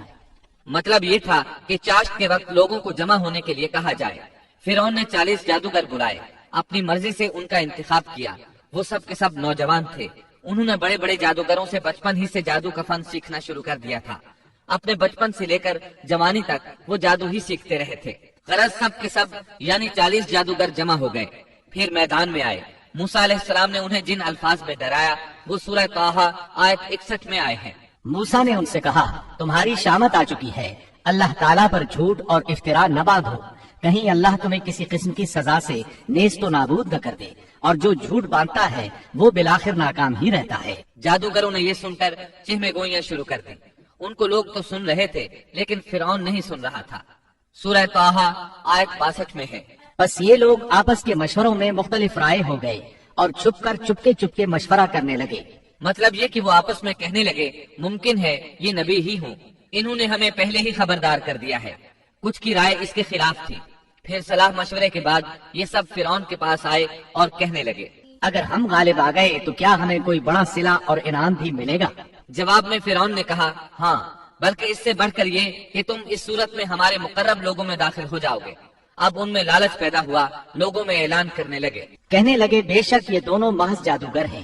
ان کا پختہ ارادہ ہے کہ یہ اپنے جادو کے زور سے تمہیں تمہاری سرزمین سے نکال باہر کریں اور تمہارے عمدہ مذہبی طریقے کو ختم ہی کر دیں.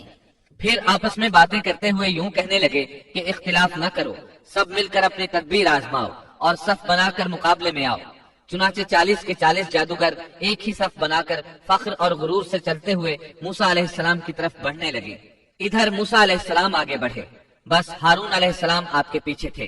لوگوں کی حالت دیکھنے کے قابل تھی. ان کی زبان پر یہ الفاظ تھے جو آج غالب آ گیا وہی کامیاب ہے. جادوگر پھر کہنے لگے اے موسیٰ یا تو پہلے ڈال یا ہم پہلے ڈالنے والے بن جائے. اللہ سبحانہ و تعالی نے موسیٰ علیہ السلام کی طرف وحی کی کہ پہلے انہیں ڈالنے دے. جواب دیا کہ نہیں تم ہی پہلے ڈالو. ان جادوگروں کے پاس لاٹھیاں اور رسیاں تھیں. انہوں نے وہ میدان میں ڈال دی. دیکھتے ہی دیکھتے وہ لکڑیاں اور رسیاں حرکت کرنے لگی. عجیب و غریب شکل و صورت میں بڑی تیزی سے ادھر ادھر آنے جانے لگی. سورہ طٰہٰ آیت 66 میں اللہ تعالیٰ فرماتے ہیں اب تو موسیٰ کو یہ خیال گزرنے لگا کہ ان کی رسیاں اور لکڑیاں ان کے جادو کے زور سے دوڑ بھاگ رہی ہیں. سورۃ الاعراف آیت 116 میں اس واقعے کو اللہ تعالیٰ نے یوں بیان کیا ہے جب انہوں نے ڈالا تو لوگوں کی آنکھوں پر جادو کر دیا اور ان کو دہشت زدہ کر دیا اور ایک طرح کا بہت بڑا جادو بنا لائے. جادو کے کرتب سے لوگوں کی آنکھوں پر جادو کر دیا. بس سب کو یوں دکھائی دیتا تھا کہ یہ سب سانپ ہیں. سب لوگ خوف زدہ سے ہو گئے. موسیٰ علیہ السلام نے بھی کچھ خوف سا محسوس کیا کہ یہ کیسا جادو ہے. اسی وقت اللہ تعالیٰ نے موسیٰ علیہ السلام کو تسلی دی اور فرمایا ہم نے کہا کچھ خوف نہ کر، یقیناً تو ہی غالب اور برتر رہے گا. تیرے دائیں ہاتھ میں جو ہے وہ ڈال دے. سیدنا ہارون علیہ السلام نے آپ کو لاٹھی پکڑائی. آپ نے اس کو میدان میں ڈال دیا. وہ اژدہا بن گئی اور اس نے ان تمام کو نگلنا شروع کر دیا. اللہ تعالیٰ سورہ طٰہٰ آیت 69 میں فرماتے ہیں اور تیرے دائیں ہاتھ میں جو ہے اس کو ڈال دے تاکہ یہ ان کی تمام کاریگری کو نگل جائے. انہوں نے جو کچھ بنایا ہے یہ صرف جادوگری کے کرتب ہیں اور جادوگر کہیں سے بھی آئے کامیاب نہیں ہوتا. جادوگروں نے پورے مجمع پر جادو کر رکھا تھا. جب موسیٰ علیہ السلام کا عصا ان سب کو نگل گیا تب انہوں نے جان لیا کہ ان کے جادو کے جواب میں یہ جادو نہیں ہو سکتا. یہ تو اللہ تبارک و تعالیٰ کی طرف سے معجزہ ہی رکھتا ہے. اللہ تعالیٰ سورہ طٰہٰ آیت 70 میں فرماتے ہیں جادوگر سجدے میں گر گئے اور کہنے لگے ہم تو ہارون اور موسیٰ کے رب پر ایمان لے آئے۔ انہیں یقین ہو گیا تھا کہ یہ جادو نہیں ہے بلکہ یہ اللہ کا معجزہ ہے۔ ان کے الفاظ سن کر فرعون غضبناک ہو گیا، آگ بگولا ہو گیا، اس لیے کہ 40 کے 40 جادوگر سجدے میں گر گئے تھے۔ وہ بولا، میری اجازت سے پہلے ہی تم اس پر ایمان لے آئے؟ یعنی تم نے مجھ سے پوچھا تک نہیں، مشورہ نہیں کیا اور اس پر ایمان لے آئے۔ بے شک یہی تمہارا وہ بڑا بزرگ ہے جس نے تمہیں جادو سکھایا ہے۔ مطلب یہ کہ یہ تمہارا استاد ہے اور تمہارا یہ پہلے سے طے شدہ پروگرام تھا۔ چنانچہ وہ کہنے لگا، بے شک یہ ایک سازش تھی جس پر تم نے اس شہر میں عمل کیا تاکہ تم سب اس شہر سے یہاں کے رہنے والوں کو باہر نکال دو۔ اب وہ انہیں دھمکیاں دینے پر اتر آیا، جیسا کہ سورہ طٰہٰ آیت 71 میں ہے۔ سن لو، میں تم سب کے ہاتھ اور پاؤں مخالف سمتوں میں کٹوا کر تم سب کو کھجوروں کے تنوں پر لٹکوا دوں گا، اور تمہیں معلوم ہو جائے گا کہ ہم دونوں میں سے کس کا عذاب زیادہ سخت اور دیر پا ہے۔ اس پر جادوگروں نے جو جواب دیا وہ سورہ طٰہٰ آیت 72 میں آیا ہے۔ ان لوگوں نے جواب دیا کہ ہم ان دلائل اور اس ذات کے مقابلے میں تجھے کبھی ترجیح نہیں دیں گے جس نے ہمیں پیدا کیا ہے۔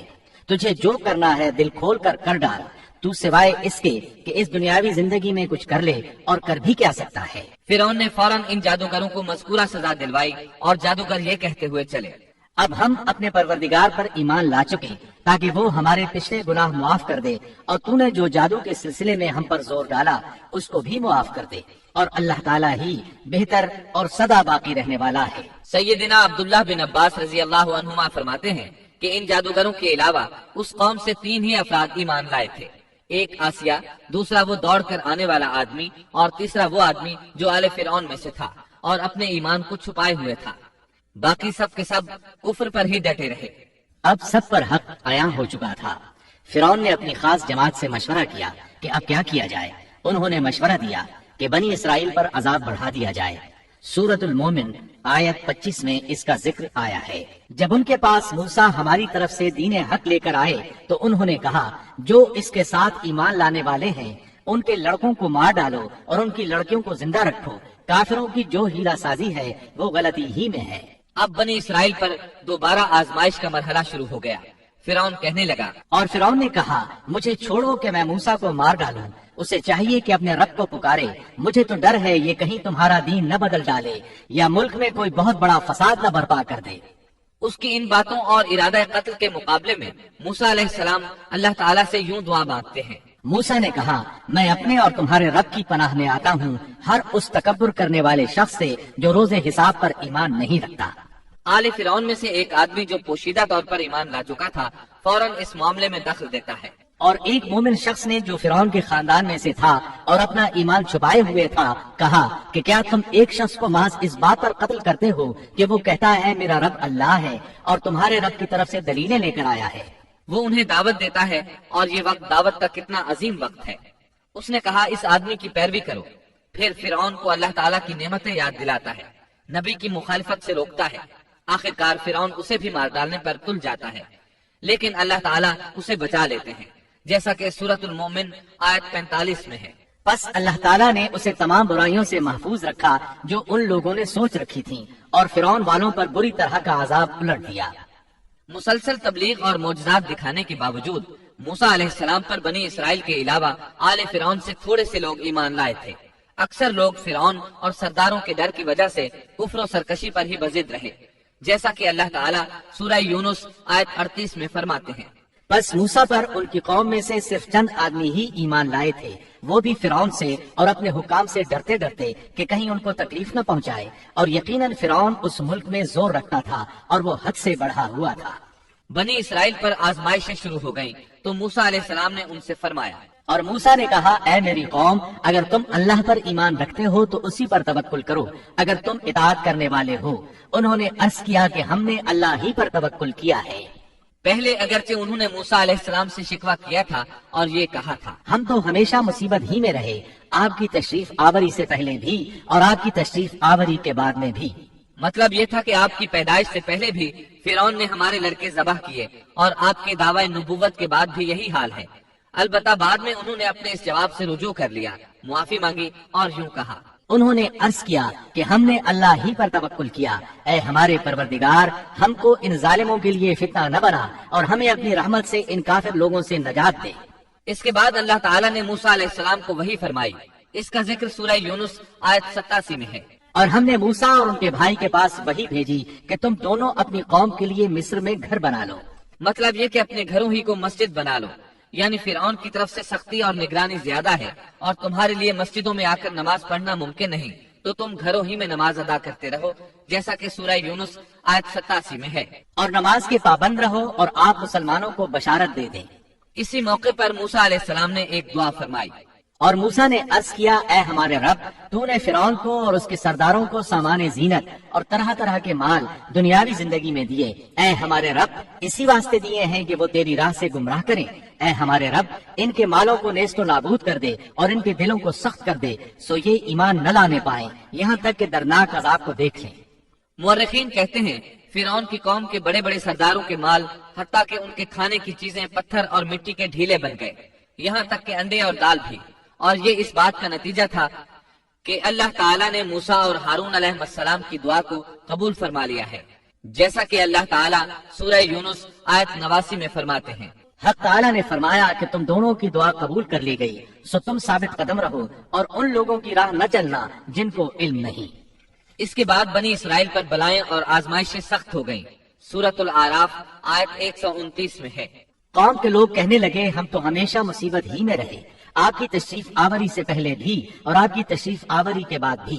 موسیٰ نے فرمایا، اللہ بہت جلد تمہارے دشمن کو ہلاک کر دے گا اور بجائے ان کے تمہیں اس سرزمین کا خلیفہ بنا دے گا، پھر تمہارا طرز عمل دیکھے گا. یعنی بہت جلد اللہ تعالیٰ تمہیں زمین میں حاکم بنائے گا. وہ تمہیں دیکھے گا کہ تم کیسے عمل سر انجام دیتے ہو. اب جو ہی بنی اسرائیل پر مصیبتوں کا دور شروع ہوا، اللہ تعالیٰ نے مصریوں پر بھی ابتلا اور آزمائش کا دور شروع کر دیا. چنانچہ فرعون اور مصریوں پر لگاتار ہلاکتیں آنا شروع ہو گئیں. اللہ تعالیٰ سورۃ الاعراف آیت 130 میں فرماتے ہیں، اور ہم نے فرعون والوں کو قحط سالی اور پھلوں کی کمی میں مبتلا کر دیا. اللہ تعالیٰ کا قہر شروع ہوا. آسمان سے بارش برسنا بند ہو گئی، دریائے نیل خشک ہو گیا، ان کی بھوک شدید ہو گئی. فرعون سمجھ گیا یہ موسیٰ کی وجہ سے ہے. کہنے لگا، اے موسیٰ، اگر تو اپنے رب سے دعا کر کے یہ کیفیت ختم کرا دے تو ہم بھی بنی اسرائیل پر جفائیں ختم کر دیں گے. موسیٰ علیہ السلام نے فرمایا، ٹھیک ہے. چنانچہ آپ نے اللہ تعالیٰ سے دعا فرمائی. دریائے نیل جاری ہو گیا، باران رحمت کا نزول ہوا، لیکن فرعون باز نہ آیا. اس نے بنی اسرائیل کو دوبارہ تنگ کرنا شروع کر دیا. اس کے جواب میں اللہ نے بھی فوراً دوسرا عذاب بھیج دیا. پھلوں کی پیداوار کم کر دی. وہ بڑے بڑے درخت جو پھلوں سے لدے رہتے تھے، اب ان پر ایک آدھ دانہ لگتا. کھجوروں کے درختوں پر بس ایک آدھ کھجور لگتی. انگوروں کی بیلوں پر بھی ایک آدھ انگور نظر آتا. اب فرعون نے پھر کہا، اے موسیٰ، اپنے پروردگار سے دعا کر، وہ ہم سے اس آزمائش کو ہٹا لے تو میں بنی اسرائیل کو جانے دوں گا. چنانچہ موسیٰ علیہ السلام نے دعا فرمائی. پھر پھل لگنے شروع ہو گئے. مصر میں خیر و برکت کا دورہ شروع ہو گیا. لیکن فرعون نے بنی اسرائیل کو پھر بھی نہ چھوڑا، الٹا انہیں منحوس قرار دیا اور کہا کہ ہماری تکالیف و مصائب کے صرف تم ذمہ دار ہو. اللہ تعالیٰ اس بارے میں سورۃ الاعراف آیت 131 میں فرماتے ہیں، سو جب ان پر خوشحالی آ جاتی تو کہتے کہ یہ تو ہمارے لیے ہونا ہی چاہیے، اور اگر انہیں کوئی بدحالی پیش آ جاتی تو موسیٰ اور ان کے ساتھیوں کی نحوست بتلاتے. یاد رکھو کہ ان کی نحوست اللہ کے پاس ہے، لیکن ان کے اکثر لوگ نہیں جانتے. مطلب یہ کہ یہ سب کچھ تو تمہارے کفر کی وجہ سے ہے. اس کے بعد مزید نشانیاں ظاہر ہونے لگیں. اللہ سبحانہ و تعالی سورۃ الاعراف آیت 133 میں فرماتے ہیں، پھر ہم نے ان پر طوفان بھیجا اور ٹڈیاں اور جوئیں اور مینڈک اور خون کہ یہ سب کھلے کھلے معجزے تھے. یہ کل 9 معجزے تھے. ان میں سے پہلا معجزہ لاٹھی کا اژدہا بن جانا، دوسرا معجزہ ہاتھ کا روشن ہو جانا، تیسرا معجزہ قحط سالی، چوتھا معجزہ پھلوں میں کمی، اور باقی 5 معجزات کا ذکر اسی آیت مبارکہ میں آیا ہے. طوفان، ٹڈیاں، جوئیں، مینڈک اور خون. ان 5 میں سے پہلا معجزہ ہے طوفان. دریائے نیل میں ایسی طغیانی آئی کہ پانی مصر میں داخل ہو گیا. بنی اسرائیل کے گھروں کے سوا سب کچھ غرق ہونے لگا. سیلابی ریلا کسی اسرائیلی کے گھر کے قریب آتا تو رک جاتا، کسی مصری کے گھر کے قریب آتا تو اس میں داخل ہو جاتا. وہ اپنی آنکھوں سے اپنی ہلاکتوں اور غرقابی کو دیکھ رہے تھے. آخر موسیٰ علیہ السلام سے فریادیں کرنے لگے، اے موسیٰ، اس بلا کو بھی رکوا دو، اپنے پروردگار سے دعا کرو یہ بلا روک دے. چنانچہ آپ نے دعا فرمائی، یہ عذاب ختم ہو گیا. فرعون اور مصری بہت خوش ہوئے. اس کے بعد ٹڈیوں کا معجزہ شروع ہوا. مصریوں کے کھیتوں میں ٹڈی دل فوج آتی، ان کو چٹ کر جاتی، لیکن بنی اسرائیل کے کھیتوں کو کچھ نہ کہتی۔ پھر اسی طرح دعا کرنے سے یہ بلا ختم ہوئی۔ پھر گھن کا کیڑا شروع ہوا۔ گھن کا کیڑا یعنی سرسری یا سر کے بالوں سے نکلنے والی جوئیں۔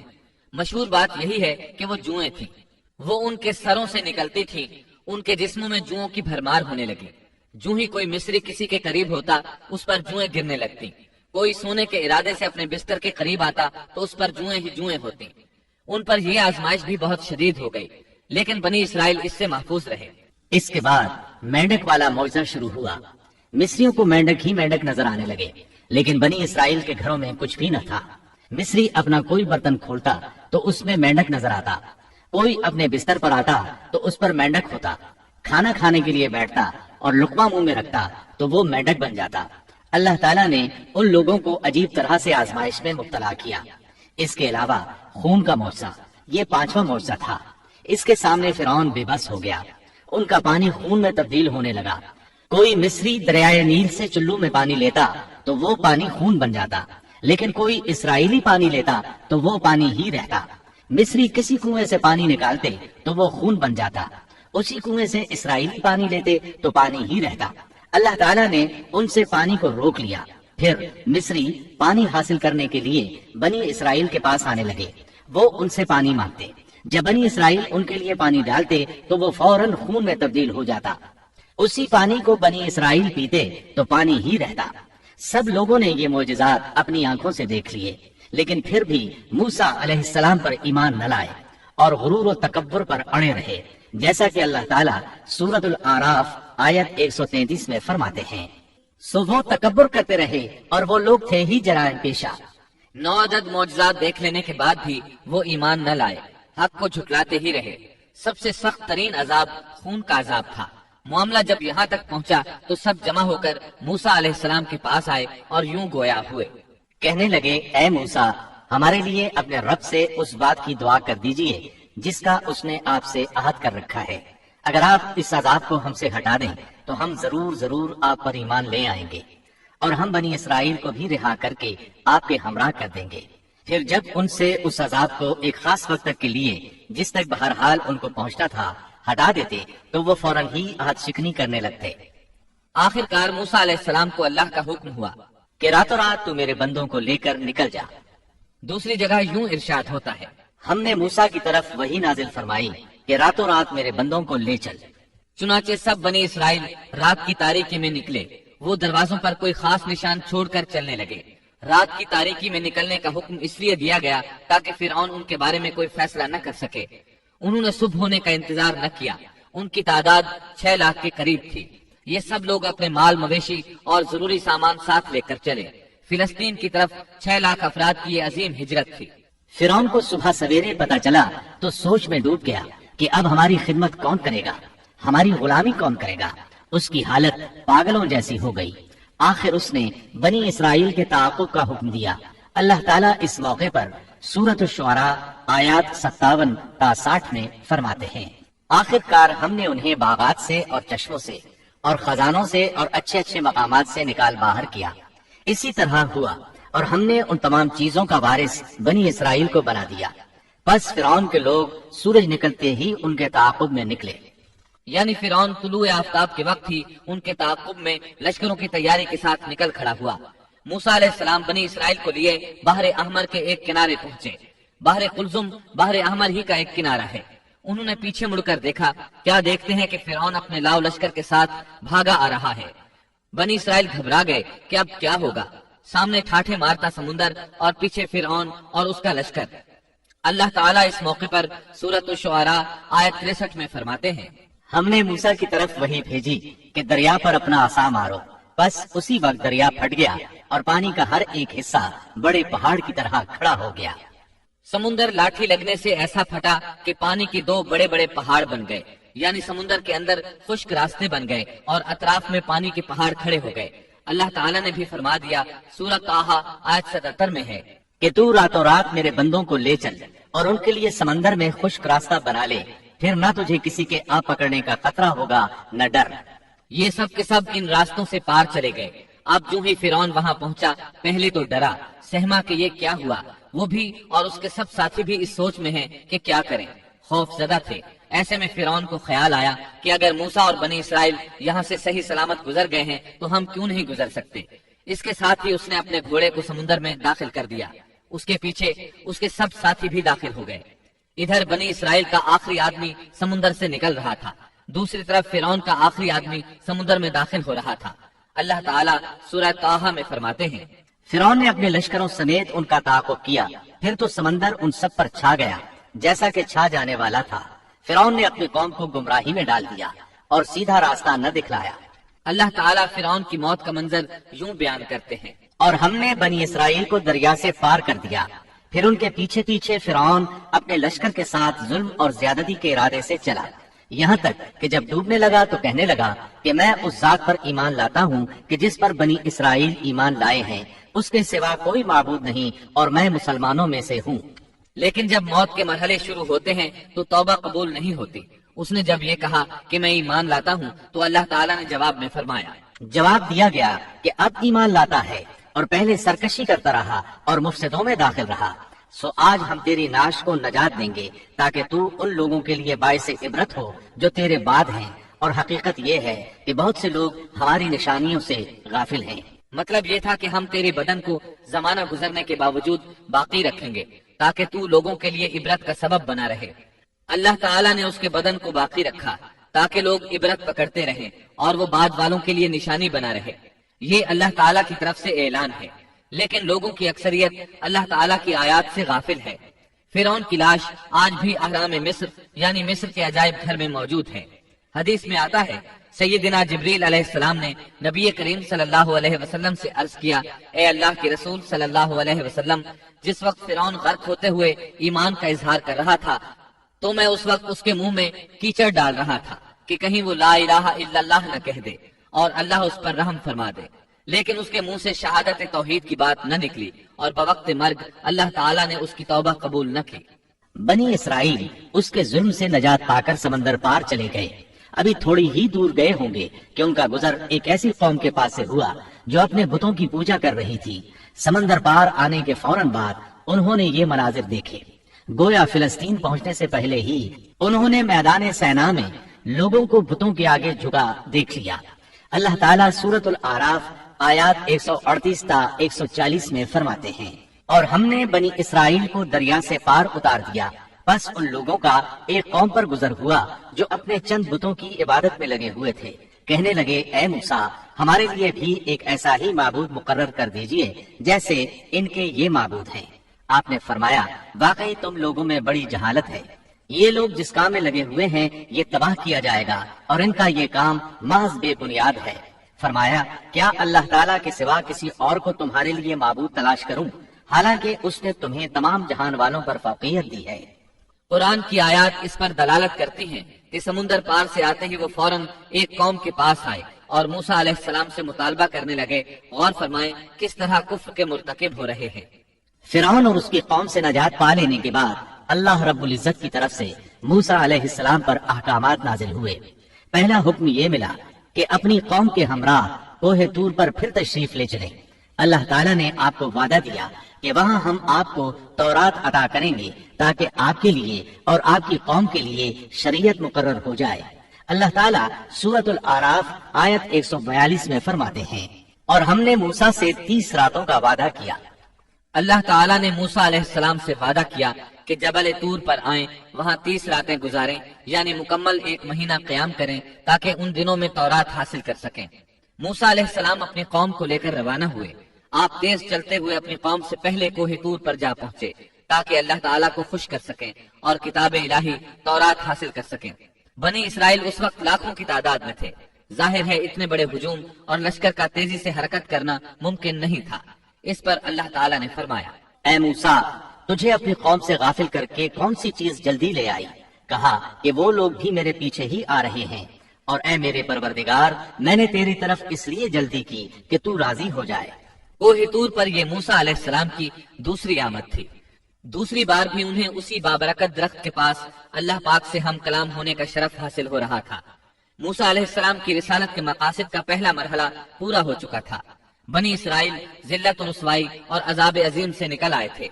اب وہ آزاد فضا میں سانس لینے کے قابل تھے، لیکن ان کے دلوں میں شرک و بت پرستی کے پرانے اثرات باقی تھے۔ یہی وجہ ہے کہ سمندر سے نکلتے ہی انہوں نے بت پرستی کا مطالبہ کر دیا تھا، لہٰذا ضروری تھا کہ ان کی تربیت کی جائے۔ پھر تربیت کے لیے بھی کسی مفصل قانون اور ضابطے کا ہونا بہت ضروری تھا کہ اس پر عمل پیرا ہو کر آنے والے وقت کے لیے تیار ہو سکیں۔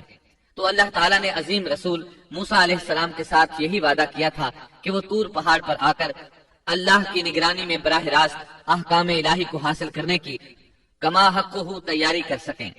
پہلے مدت 30 دن مقرر ہوئی تھی اور پھر 40 دن ہو گئی، جیسا کہ سورۃ الاعراف آیت 142 میں اللہ تعالیٰ فرماتے ہیں، اور ہم نے موسیٰ سے 30 راتوں کا وعدہ کیا اور مزید 10 راتوں سے ان 30 راتوں کو پورا کیا، سو ان کے رب کی مقررہ مدت 40 راتیں ہو گئیں۔ موسیٰ علیہ السلام اپنی قوم سے رخصت ہوتے وقت اپنے بھائی ہارون علیہ السلام کو اپنا خلیفہ بنا گئے تھے، جیسا کہ اللہ تعالیٰ سورۃ الاعراف آیت 142 میں فرماتے ہیں، اور موسیٰ نے اپنے بھائی ہارون سے کہا، تم میری قوم میں میری جانشینی کرنا اور ان کی اصلاح کرتے رہنا اور فساد کرنے والوں کی راہ پر مت چلنا۔ موسیٰ علیہ السلام اپنی قوم کو چھوڑ کر چلے گئے۔ انتظامی معاملات کے لیے ان میں ایک حاکم بھی مقرر کر گئے، یعنی اپنے بھائی ہارون کو، جو اللہ کے نبی تھے۔ ان 40 ایام میں موسیٰ علیہ السلام اپنے پروردگار سے براہ راست کلام کرتے رہے، یعنی درمیان میں وحی کا واسطہ بھی نہیں تھا۔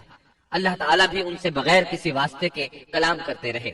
اسی وجہ سے آپ کا لقب کلیم اللہ ہے، یعنی اللہ سے کلام کرنے والا۔ اللہ سبحانہ و تعالی سورۃ النساء آیت 164 میں فرماتے ہیں، اور موسیٰ سے اللہ تعالیٰ نے صاف طور پر کلام کیا۔ جب موسیٰ علیہ السلام مقررہ وقت پر وہاں پہنچے اور اللہ تعالیٰ نے ان سے کلام کیا تو عرض کرنے لگے کہ اے میرے پروردگار، مجھے اپنا دیدار کرا دیجئے، میں آپ کو ایک نظر دیکھ لوں۔ ارشاد ہوا، تم مجھے ہرگز نہیں دیکھ سکتے، کیونکہ دنیاوی آنکھ میں اتنی طاقت و ہمت نہیں کہ وہ باری تعالیٰ کو دیکھ سکے، جیسا کہ سورۃ الانعام آیت 103 میں ارشاد ربانی ہے، اس کا تو کسی کی نگاہ بھی احاطہ نہیں کر سکتی، اور وہ سب نگاہوں کو محیط ہو جاتا ہے، اور وہی بڑا باریک بین اور باخبر ہے۔ حدیث معراج میں بھی ہے کہ جب ابو ذر رضی اللہ عنہ نے رسول اللہ صلی اللہ علیہ وسلم سے پوچھا، حل رأیت ربک، یعنی کیا آپ نے اپنے رب کو دیکھا بھی ہے، تو آپ نے فرمایا تھا، نور انا اراہ، یعنی وہ تو نور ہے، میں اسے کیسے دیکھ سکتا ہوں۔ اس حدیث مبارکہ سے بھی یہی ثابت ہوتا ہے کہ آپ نے اللہ کا دیدار نہیں کیا، جیسے اللہ تعالیٰ نے موسیٰ علیہ السلام سے فرما دیا تھا کہ تو مجھے نہیں دیکھ سکتا۔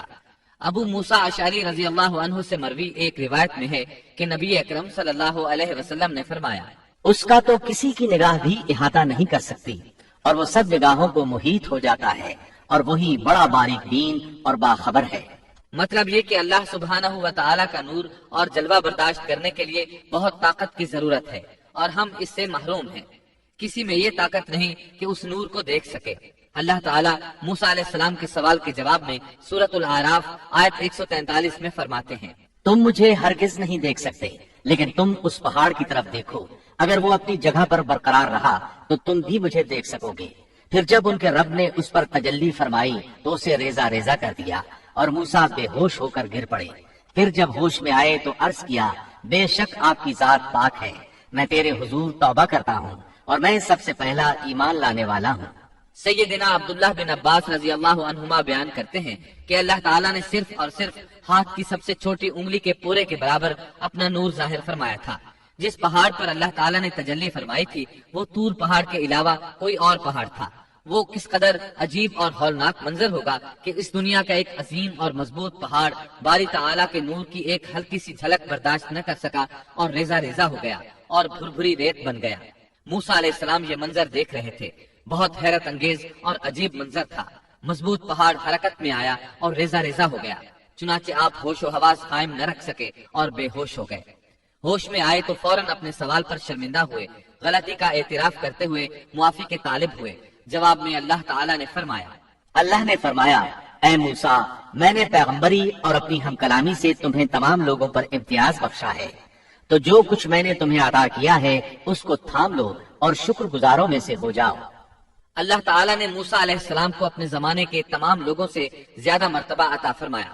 اس کے بعد اللہ تعالیٰ نے آپ کو تختیوں میں لکھی تورات عطا فرمائی۔ اللہ تعالیٰ سورۃ الاعراف آیت 145 میں فرماتے ہیں، اور ہم نے چند تختیوں پر ہر قسم کی نصیحت اور ہر چیز کی تفصیل ان کو لکھ کر دی، تم ان کو قوت کے ساتھ پکڑ لو اور اپنی قوم کو حکم کرو کہ ان کے اچھے اچھے احکام پر عمل کریں، ان قریب میں تم لوگوں کو ان فاسقوں کا گھر دکھلاؤں گا۔ یہ تختیاں کس چیز کی تھیں اس کے متعلق کوئی مرفوع بات ثابت نہیں، البتہ مفسرین کے مختلف اقوال ہیں۔ بعض کہتے ہیں یہ تختیاں جواہر کی تھیں اور بعض کہتے ہیں کہ یہ تختیاں پتھر کی تھیں۔ موسیٰ علیہ السلام نے 40 دنوں میں تورات کے اندر لکھے ہوئے اللہ کے احکامات اخذ کر لیے۔ ادھر موسیٰ علیہ السلام کا ان کی قوم انتظار کر رہی تھی۔ اس دوران وہ ایک آزمائش میں مبتلا ہو گئے۔ اللہ تعالیٰ سورہ طٰہٰ آیت 85 میں فرماتے ہیں، فرمایا ہم نے تیری قوم کو تیرے پیچھے آزمائش میں ڈال دیا اور انہیں سامری نے بہکا دیا۔ موسیٰ علیہ السلام کی غیر حاضری میں وہ ایک شخص کی پیروی کرتے ہوئے گمراہ ہو گئے اور ان کی گمراہی کا سبب بننے والا شخص سامری تھا۔ اللہ سے ملاقات کی مدت پوری کرنے کے بعد موسیٰ علیہ السلام نے وعظ و نصیحت سے بھرپور تختیاں اٹھا لی۔ ان میں اللہ کے احکامات بھی تھے اور بنی اسرائیل کی شریعت بھی درج تھی۔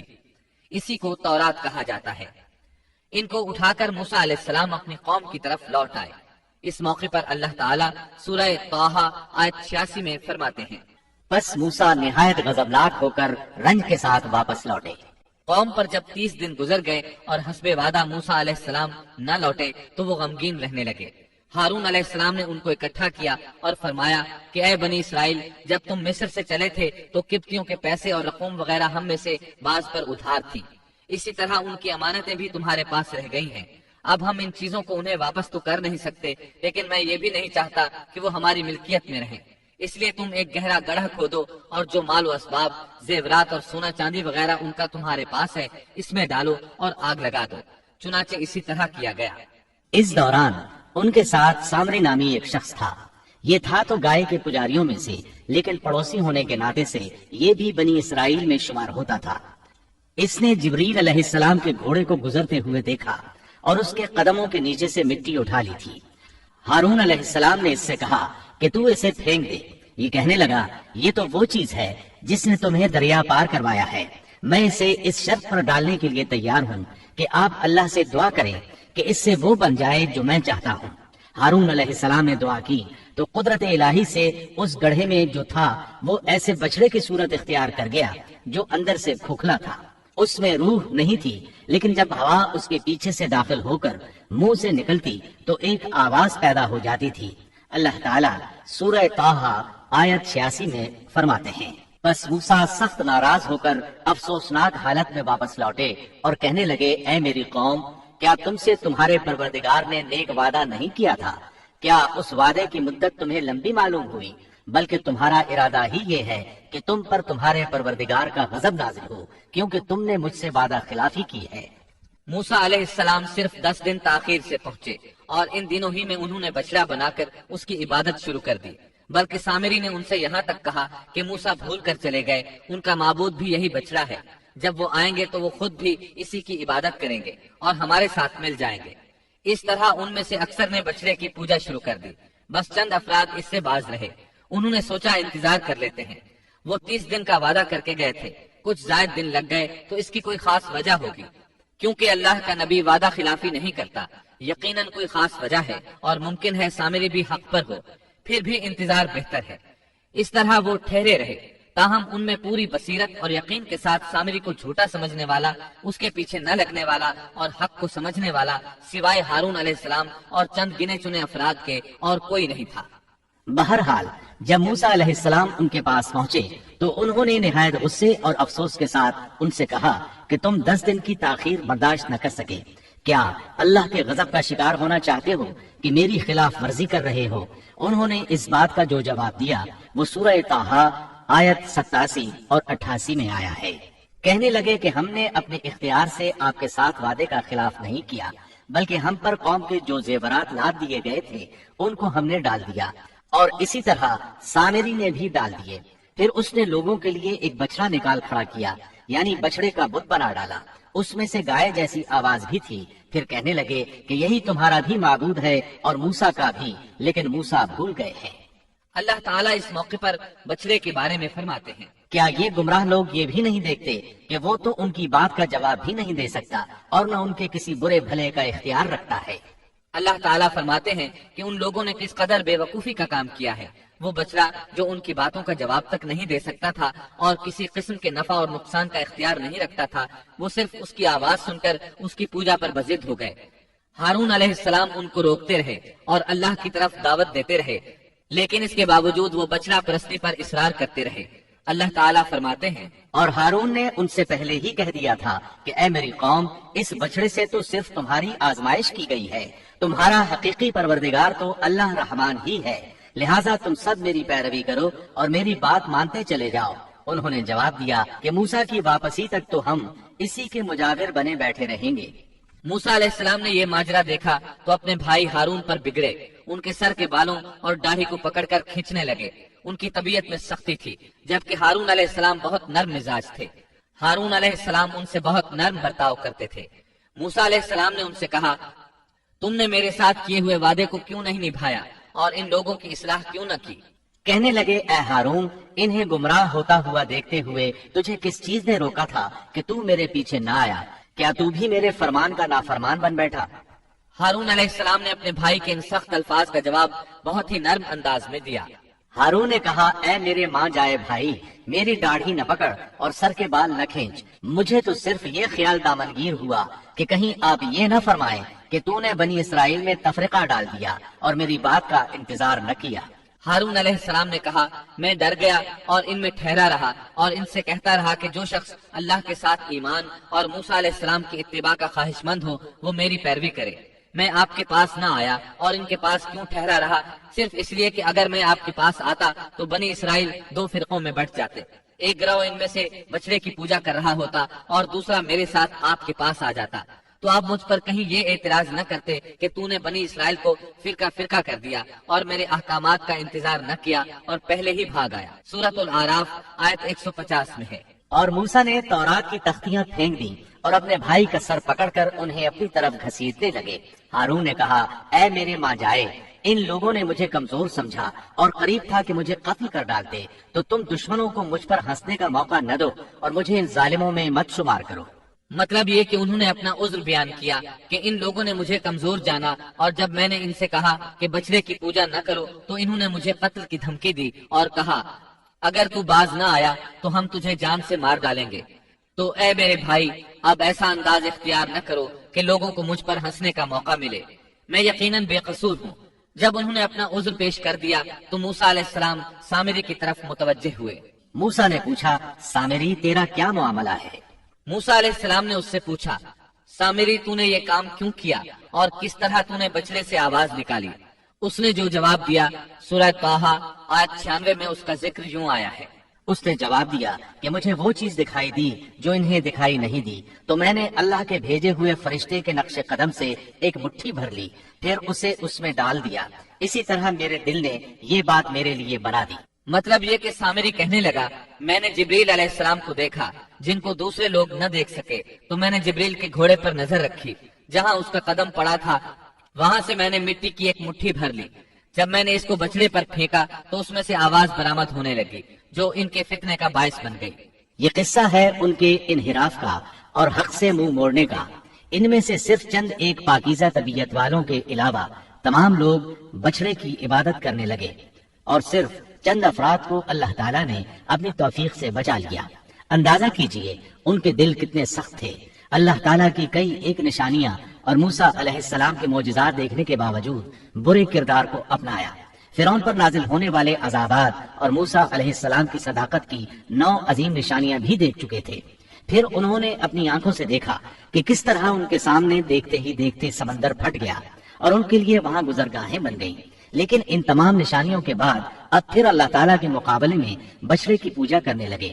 اسی لیے اللہ تعالیٰ نے ان کے متعلق سورۃ البقرہ آیت 93 میں فرمایا ہے، اور ان کے دلوں میں بچڑے کی محبت گویا پلا دی گئی ان کے کفر کے سبب سے۔ ان کے دلوں میں کفر تھا، اپنے منہ سے ایمان کا اظہار کرتے تھے لیکن حقیقت میں کفر ان کے دلوں میں تھا، اور آج کے دور میں بھی یہودیوں کی یہی حالت ہے۔ اس کے بعد سامری کے لیے احکامات جاری ہوئے۔ سورہ طٰہٰ آیت 97 میں ارشاد باری تعالیٰ ہے، موسیٰ نے کہا، اچھا جا، دنیا کی زندگی میں تیری یہی سزا ہے کہ تو کہتا رہے کہ مجھے نہ چھونا، اور ایک اور بھی وعدہ تیرے ساتھ ہے جو تجھ سے ہرگز نہ ٹلے گا، اور اب تو اپنے اس معبود کو بھی دیکھ لینا جس کا تو اعتکاف کیے ہوئے تھا کہ ہم اسے جلا کر اس کی راکھ کو کیسے دریا میں بکھیر دیتے ہیں۔ موسیٰ علیہ السلام نے سامری سے مخاطب ہو کر کہا، دنیا میں تیری سزا یہ ہے کہ عمر بھر تو یہی کہتا رہے گا کہ مجھ سے دور رہو، مجھے نہ چھونا۔ بعض مفسرین نے اس کا مطلب یہ بیان کیا ہے کہ اسے ایک مہلک بیماری نے آ لیا اور اس کی وجہ سے لوگ اس سے دور رہتے، نہ کوئی اسے ہاتھ لگاتا نہ کوئی قریب جاتا۔ پھر فرمایا، آخرت میں بھی تیری زبردست سزا مقرر ہے، اور اپنے معبود یعنی بچڑے کا بھی حشر دیکھ کہ جس کو تو معبود خیال کر بیٹھا تھا۔ موسیٰ علیہ السلام نے اس کو جلا دینے کا حکم جاری کیا اور جلانے کے بعد اس کی راکھ اٹھائی اور دریا میں اڑا دی تاکہ کوئی شخص دوبارہ بچڑے کی عبادت کا خیال تک دل میں نہ لائے اور عبرت حاصل کرے۔ اس کے بعد موسیٰ علیہ السلام نے فرمایا، اصل بات یہی ہے کہ تم سب کا معبود برحق صرف اللہ ہی ہے، اس کے سوا کوئی عبادت کے لائق نہیں، اس کا علم تمام چیزوں پر حاوی ہے۔ پھر موسیٰ علیہ السلام نے اللہ سے دعا کی۔ موسیٰ نے کہا کہ اے میرے رب، میری خطا معاف فرما اور میرے بھائی کی بھی، اور ہم دونوں کو اپنی رحمت میں داخل فرما، اور تو سب رحم کرنے والوں سے زیادہ رحم کرنے والا ہے۔ اس کے بعد اللہ تعالیٰ نے بچڑے کے پجاریوں کے بارے میں احکامات نازل فرمائے۔ ان کا ذکر سورۃ الاعراف آیت 152 میں ہے۔ جن لوگوں نے بچڑے کو معبود بنایا ان پر بہت جلد ان کے رب کا غضب نازل ہوگا اور دنیا کی زندگی میں ذلت نصیب ہوگی، اور ہم افترا پردازوں کو ایسی ہی سزا دیا کرتے ہیں۔ چنانچہ اسی وقت ان پر غضب نازل ہوا اور وہ قیامت تک غضب اور ذلت کا شکار ہو گئے اور ذلت ان کا مقدر بن گئی، جیسا کہ سورۃ الفاتحہ میں اللہ تعالیٰ نے ہمیں یہ دعا سکھائی ہے۔ سورۃ الفاتحہ آیت 6 اور 7 میں ہے، ہمیں سیدھی اور سچی راہ دکھا، ان لوگوں کی راہ جن پر تو نے انعام کیا، ان کی راہ نہیں جن پر غضب کیا گیا، اور نہ گمراہوں کی۔ جن لوگوں پر اللہ کا انعام ہوا ان سے انبیاء کرام، صدیقین، شہداء اور صالحین مراد ہیں، جو راہ حق پر ہمیشہ قائم رہے، اور جن لوگوں پر غضب کیا گیا ان سے مراد بنی اسرائیل یعنی یہودی ہیں، اور گمراہوں سے مراد عیسائی ہیں۔ المغضوب علیہم یعنی جن پر غضب کیا گیا کی تفسیر بعض علماء کے نزدیک یہ ہے کہ اس سے مراد وہ لوگ ہیں جنہوں نے حق کو پہچان لیا اور پھر جان بوجھ کر اس کو چھوڑ دیا۔ اللہ تعالیٰ کی واضح نشانیاں، اس کی قدرت کے دلائل، معجزات اور عظمت الہی پر دلالت کرنے والی علامت کو آنکھوں سے دیکھا، لیکن اس کے باوجود انکار کرتے رہے تو اللہ تعالیٰ نے ان پر غضب نازل کر دیا۔ الظالمین کی تفسیر میں علماء کہتے ہیں کہ ان سے مراد وہ لوگ ہیں جو حق کو نہ پہچان سکے اور اس سے دور رہے، اس وجہ سے بھٹکنے والے اور گمراہ شمار کیے گئے۔ یہودیوں میں یہ بہت بڑی برائی تھی کہ حق کو پہچان کر چھوڑ دیا، اور اسی کے سبب اللہ کے غضب کا شکار ہو گئے، اور یہ غضب ان پر ہمیشہ رہے گا۔ یہودیوں کو دنیا میں کون سی ذلت پہنچی کہ جب بچڑے کا خاتمہ کیا گیا اور انہوں نے اپنے معبود کا جلایا جانا اور اس کی راہ کا اڑایا جانا دیکھ لیا تو وہ سمجھ گئے کہ وہ غلطی پر تھے۔ چنانچہ وہ شرمندہ ہو کر موسیٰ علیہ السلام کی خدمت میں حاضر ہو گئے، اپنی غلطی کا اعتراف کر لیا اور توبہ کی خواہش ظاہر کی۔ تب اس وقت توبہ کا عجیب و غریب معاملہ پیش آیا۔ حکم ہوا، اللہ تعالیٰ سورۃ البقرہ آیت 54 میں فرماتے ہیں، اور جب موسیٰ نے اپنی قوم سے کہا، اے میری قوم، بچڑے کو معبود بنا کر تم نے اپنی جانوں پر ظلم کیا ہے، اب تم اپنے پیدا کرنے والے کی طرف رجوع کرو، خود کو آپس میں قتل کرو، اللہ کے نزدیک اسی میں تمہاری بہتری ہے۔ چنانچہ اس نے تمہاری توبہ قبول کر لی، وہ توبہ قبول کرنے والا، رحم کرنے والا ہے۔ مطلب یہ کہ اگر تم چاہتے ہو اس گناہ پر قیامت کے دن پکڑے نہ جاؤ تو خود کو قتل کرو۔ یہاں یہ بات واضح رہے کہ اس قتل سے مراد خودکشی نہیں ہے، بلکہ شرک نہ کرنے والوں کو حکم دیا گیا کہ وہ شرک کرنے والوں کو قتل کر دیں، تو انہوں نے تلواروں اور خنجروں کے ساتھ گائے کے پجاریوں کو قتل کر دیا۔ سیدنا علی رضی اللہ عنہ فرماتے ہیں کہ مقتولین کی تعداد 70 تھی۔ جب 70 آدمی قتل ہو گئے تو موسیٰ اور ہارون علیہ السلام نے عاجزی اور انکساری کے ساتھ بارگاہ الہی میں بخشش کی دعا کی۔ اللہ تعالیٰ نے اپنے برگزیدہ بندوں کی دعا قبول فرمائی اور مقتولین کو معاف فرما دیا اور باقی ماندہ لوگوں کو بھی بخشش سے نوازا۔ حقیقت میں یہ سزا اگرچہ سخت تھی اور بھائی کا بھائی کو قتل کرنا ایسا ہے جیسے اپنے آپ کو قتل کرنا، لیکن یہ سزا ان کی ضدی، ہٹ دھرم اور سرکش طبیعت کے لیے انتہائی مناسب تھی، تاکہ وہ برائیوں سے بچنا سیکھیں اور اپنے گناہوں کا کفارہ ادا کریں۔ بہرحال جب انہوں نے اللہ تعالیٰ کی طرف رجوع کیا، اپنے گناہوں کی معافی مانگی، تو اللہ تعالیٰ نے بھی ان کو معاف فرما دیا، جیسا کہ اللہ تعالیٰ سورۃ الاعراف آیت 153 میں فرماتے ہیں، اور جن لوگوں نے گناہ کے کام کیے پھر اس کے بعد توبہ کی اور ایمان لے آئے تو تمہارا رب اس توبہ کے بعد گناہ معاف کر دینے والا اور رحمت والا ہے۔ ان سب کاموں سے فارغ ہو کر موسیٰ علیہ السلام کا غصہ ماند پڑا تو انہوں نے تختیاں اٹھا لی. اور جب موسیٰ کا غصہ ٹھنڈا ہوا تو اس نے ان تختیوں کو اٹھا لیا اور ان کے مضامین میں ان لوگوں کے لیے جو اپنے رب سے ڈرتے تھے ہدایت اور رحمت تھی. اس کے بعد انہوں نے باقی ماندہ بنی اسرائیل کو جمع کیا، انہیں تختیاں دکھائیں اور فرمایا ان میں اللہ تعالیٰ کے احکامات ہیں اور یہ تورات ہے، لہٰذا سنو اور اطاعت کرو. لیکن انہوں نے ناپسندیدگی کا اظہار کیا. موسیٰ علیہ السلام نے انہیں پھر تاکید کی اور فرمایا ان کو مضبوطی سے تھام لو، بغیر کسی تردد اور شک کے ان کو پکڑ لو تاکہ تمہیں دوبارہ عذاب نہ پہنچے. انہوں نے جواب دیا نہیں، ہم ایسا نہیں کریں گے، البتہ ہم ان احکامات کی پہچان اور معرفت حاصل کر سکتے ہیں لیکن ان پر عمل بالکل نہیں کریں گے. موسیٰ علیہ السلام نے انہیں بہت سمجھایا لیکن وہ اپنی ضد پر اڑے رہے. اللہ تعالیٰ سورۃ البقرہ آیت 92 اور 93 میں فرماتے ہیں تمہارے پاس تو موسیٰ یہی دلیلیں لے کر آئے لیکن تم نے پھر بھی بچڑے ہی کی پوجا کی، تم ہو ہی ظالم. جب ہم نے تم سے وعدہ لیا اور تم پر طور پہاڑ کھڑا کر دیا. موسیٰ علیہ السلام نے ان سے کہا تم مجھے عہد و پیمان دو کہ ان تختیوں پر لگے احکامات پر عمل کرو گے، لیکن وہ اپنی ضد پر اڑے رہے، کہنے لگے ہم تیری اطاعت نہیں کریں گے.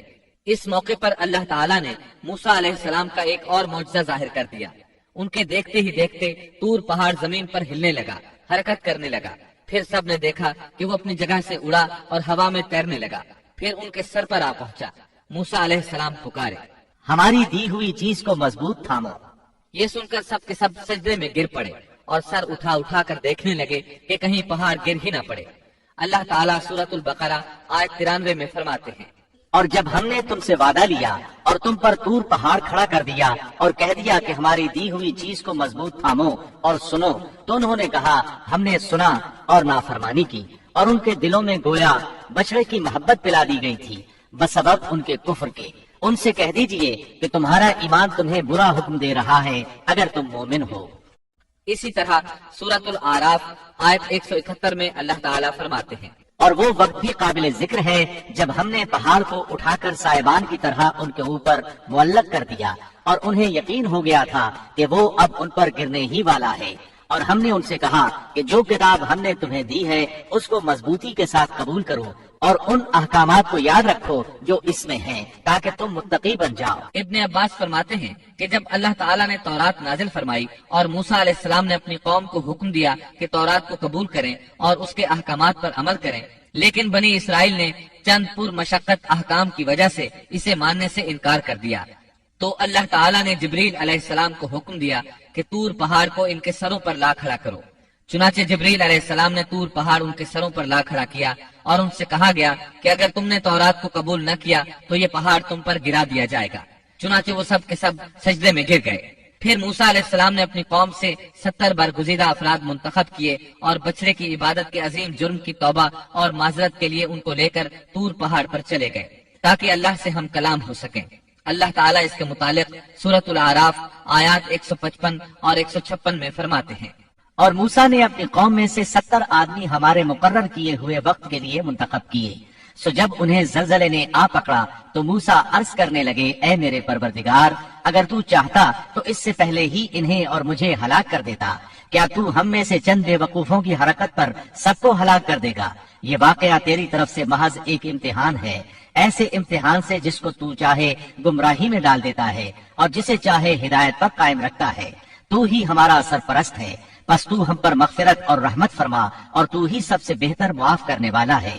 اور ہمارے لیے دنیا میں بھی اچھائی لکھ دے اور آخرت میں بھی، ہم تیری طرف رجوع کرتے ہیں. اللہ نے فرمایا میں اپنا عذاب اسی پر واقع کرتا ہوں جس پر چاہتا ہوں اور میری رحمت ہر چیز پر چھائی ہوئی ہے. تو میں وہ رحمت ان لوگوں کے نام ضرور لکھوں گا جو اللہ سے ڈرتے ہیں اور زکوٰۃ ادا کرتے ہیں اور جو ہماری آیات پر ایمان رکھتے ہیں. یہودیوں کا نام یہودی کیوں رکھا گیا؟ کہا جاتا ہے کہ موسیٰ علیہ السلام نے جو اپنی دعا میں کہا تھا ہم نے تیری طرف رجوع کر لیا ہے، اسی ہدنا کی وجہ سے ان کا نام یہودی رکھا گیا. ہدنا کا معنی ہے راہ پانا اور رجوع کرنا. بہرحال اللہ تعالیٰ نے اپنی رحمت فرمائی اور انہیں بخش دیا. موسیٰ علیہ السلام جن 70 آدمیوں کو ساتھ لے گئے تھے وہ اس گفتگو کو سن رہے تھے. گفتگو کے بعد جب موسیٰ علیہ السلام لوٹنے لگے تو وہ تمام بول اٹھے اے موسیٰ، تو نے تو ہم سے وعدہ کیا تھا کہ اللہ سے ملاقات کریں گے، لہٰذا ہم بھی اللہ کو آمنے سامنے دیکھ کر ہی تجھ پر ایمان لائیں گے. اللہ تعالیٰ سورۃ البقرہ آیت 55 میں فرماتے ہیں، اور تم اس وقت کو بھی یاد کرو جب تم نے موسیٰ سے کہا تھا کہ جب تک ہم اپنے رب کو سامنے نہ دیکھ لیں ہرگز ایمان نہ لائیں گے، جس گستاخی کی سزا میں تم پر تمہارے دیکھتے ہی دیکھتے بجلی گر پڑی۔ یہ وہ لوگ تھے جو بنی اسرائیل میں سے چنے ہوئے اور صاحب شرف و فضیلت تھے۔ وہ کتنا بڑا سوال کر رہے تھے۔ موسیٰ علیہ السلام نے انہیں ڈرایا کہ اللہ سے ڈرو، یہ ناممکن ہے، میرا حال دیکھ لو، میں نے خواہش ظاہر کی، اس نے اپنی ہلکی سی تجلی ڈالی تو پہاڑ ریزہ ریزہ ہو گیا، میں اللہ کا نبی ہوتے ہوئے بے ہوش ہو گیا، ایسی خواہش نہ کرو۔ لیکن وہ نہ مانے۔ تب اللہ تعالیٰ نے ایک بجلی کو حکم دیا، وہ ان پر گری، آن کی آن میں سب لقمہ اجل بن گئے۔ اب موسیٰ علیہ السلام وہاں حیران پریشان کھڑے رہ گئے۔ قوم کے سب سے بہتر لوگ اللہ کے عذاب کا شکار ہو گئے تھے۔ انہوں نے سوچا میں اکیلا واپس جاؤں گا تو بنی اسرائیل مجھ سے سوال کریں گے کہ وہ 70 آدمی کہاں ہیں، میں انہیں کیا بتاؤں گا؟ پوری بات سن کر وہ کہیں گے ہمارے افضل اور اعلیٰ افراد کے ساتھ اللہ نے یہ سلوک کیا۔ اب موسیٰ علیہ السلام نے اللہ سے دعا کی، اے اللہ انہیں زندہ کر دے، مجھے تنہا واپس نہ لوٹا۔ آخر اللہ نے ان کی دعا منظور فرمائی۔ سورۃ البقرہ آیت 56 میں ہے۔ لیکن پھر اس لیے کہ تم شکر گزاری کرو، اس موت کے بعد بھی ہم نے تمہیں زندہ کر دیا۔ جب وہ زندہ ہو رہے تھے تو ایک دوسرے کے زندہ ہونے کا مشاہدہ بھی کر رہے تھے۔ پھر موسیٰ علیہ السلام ان 70 آدمیوں کے ساتھ واپس لوٹے، پھر بنی اسرائیل کو لے کر روانہ ہوئے اور ایلیا پہنچ گئے۔ آج کل اس کو القدس کہا جاتا ہے۔ یہ فلسطین کا دارالخلافہ تھا۔ یہاں کے لوگ قوت میں انتہا کو پہنچے ہوئے تھے، جسم بہت بڑے تھے، آبادی بہت زیادہ تھی، تمام علاقوں کی سرداری ان کے پاس تھی۔ آپ نے اس شہر کے باہر پڑاؤ ڈالا اور بنی اسرائیل کو حکم دیا کہ ان لوگوں سے جہاد کے لیے تیار ہو جائیں تاکہ اس شہر کو فتح کیا جائے۔ اس کی فتح سے تمام علاقے قبضے میں آ جائیں گے۔ جب آپ بنی اسرائیل کے ساتھ ایلیا کے نزدیک پہنچے تو وہ لوگ جنگ کے لیے تیار ہو گئے۔ انہوں نے قلعوں کے دروازے بند کر دیے۔ ان کے مقابلے میں بنی اسرائیل کے دل دہل رہے تھے۔ موسیٰ علیہ السلام نے انہیں حکم دیا کہ یکجا ہو کر ان پر ایک ہی بار حلہ بول دو اور انہیں تہ تیغ کر دو۔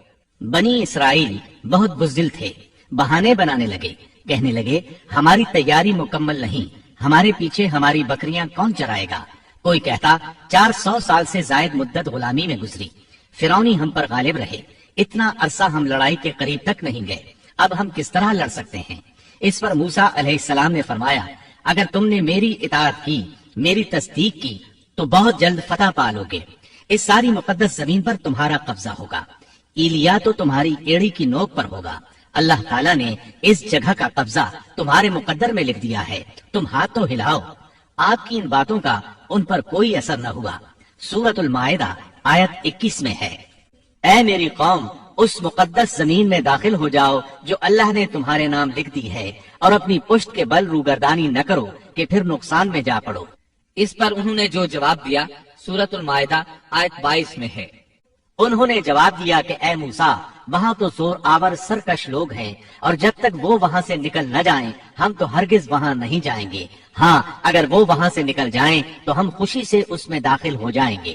ان کا احمقانہ جواب سن کر بنی اسرائیل کے دو بزرگ یوشع بن نون اور کالب بن یوفا بول اٹھے۔ سورۃ المائدہ آیت 23 میں ہے، دو آدمیوں نے جو اللہ سے ڈرنے والے تھے، جن پر اللہ تعالیٰ کا فضل تھا، کہا تم ان کے پاس دروازے میں تو پہنچ جاؤ، دروازے میں قدم رکھتے ہی یقیناً تم غالب آ جاؤ گے، اور اگر تم مومن ہو تو اللہ ہی پر تمہیں بھروسہ رکھنا چاہیے۔ یہ ان کے لیے کس قدر آسان بات تھی، لیکن بنی اسرائیل کی 1 لاکھ تعداد میں سے کسی ایک کو بھی عمل کی توفیق نہ ہوئی، یہاں تک کہ 70 آدمی جو آپ کے ساتھ کوہ طور پر گئے تھے وہ بھی ٹس سے مس نہ ہوئے، حالانکہ اللہ تعالیٰ نے انہیں دوبارہ زندگی عطا فرمائی تھی۔ بڑی ڈھٹائی سے کہنے لگے، قوم نے جواب دیا کہ اے موسیٰ جب تک وہ وہاں ہیں تب تک ہم ہرگز وہاں نہ جائیں گے، اس لیے کہ تم اور تمہارا پروردگار جا کر دونوں ہی لڑ بھڑ لو، ہم یہیں بیٹھے ہیں۔ یہ زبردست قسم کے گستاخانہ الفاظ تھے۔ ان کے مقابلے میں غزوہ بدر کے موقع پر صحابہ کرام رضی اللہ عنہم نے جو جواب دیا وہ تاریخ کے اوراق میں سنہری حروف میں درج ہے۔ جب نبی کریم صلی اللہ علیہ وسلم نے صحابہ کرام سے مشورہ لیا، انہیں خبر دی کہ قریش کا لشکر آ پہنچا، تو مقداد بن عمر رضی اللہ عنہ کھڑے ہوئے اور عرض کیا، اے اللہ کے رسول، اللہ کی قسم ہم آپ سے وہ نہیں کہیں گے جو بنی اسرائیل نے موسیٰ علیہ السلام سے کہا تھا کہ تو اور تیرا رب دونوں چلے جاؤ اور لڑو، ہم یہیں بیٹھے ہیں، بلکہ ہم کہتے ہیں آپ اور آپ کا پروردگار دونوں لڑیں، ہم بھی آپ کے ساتھ لڑیں گے۔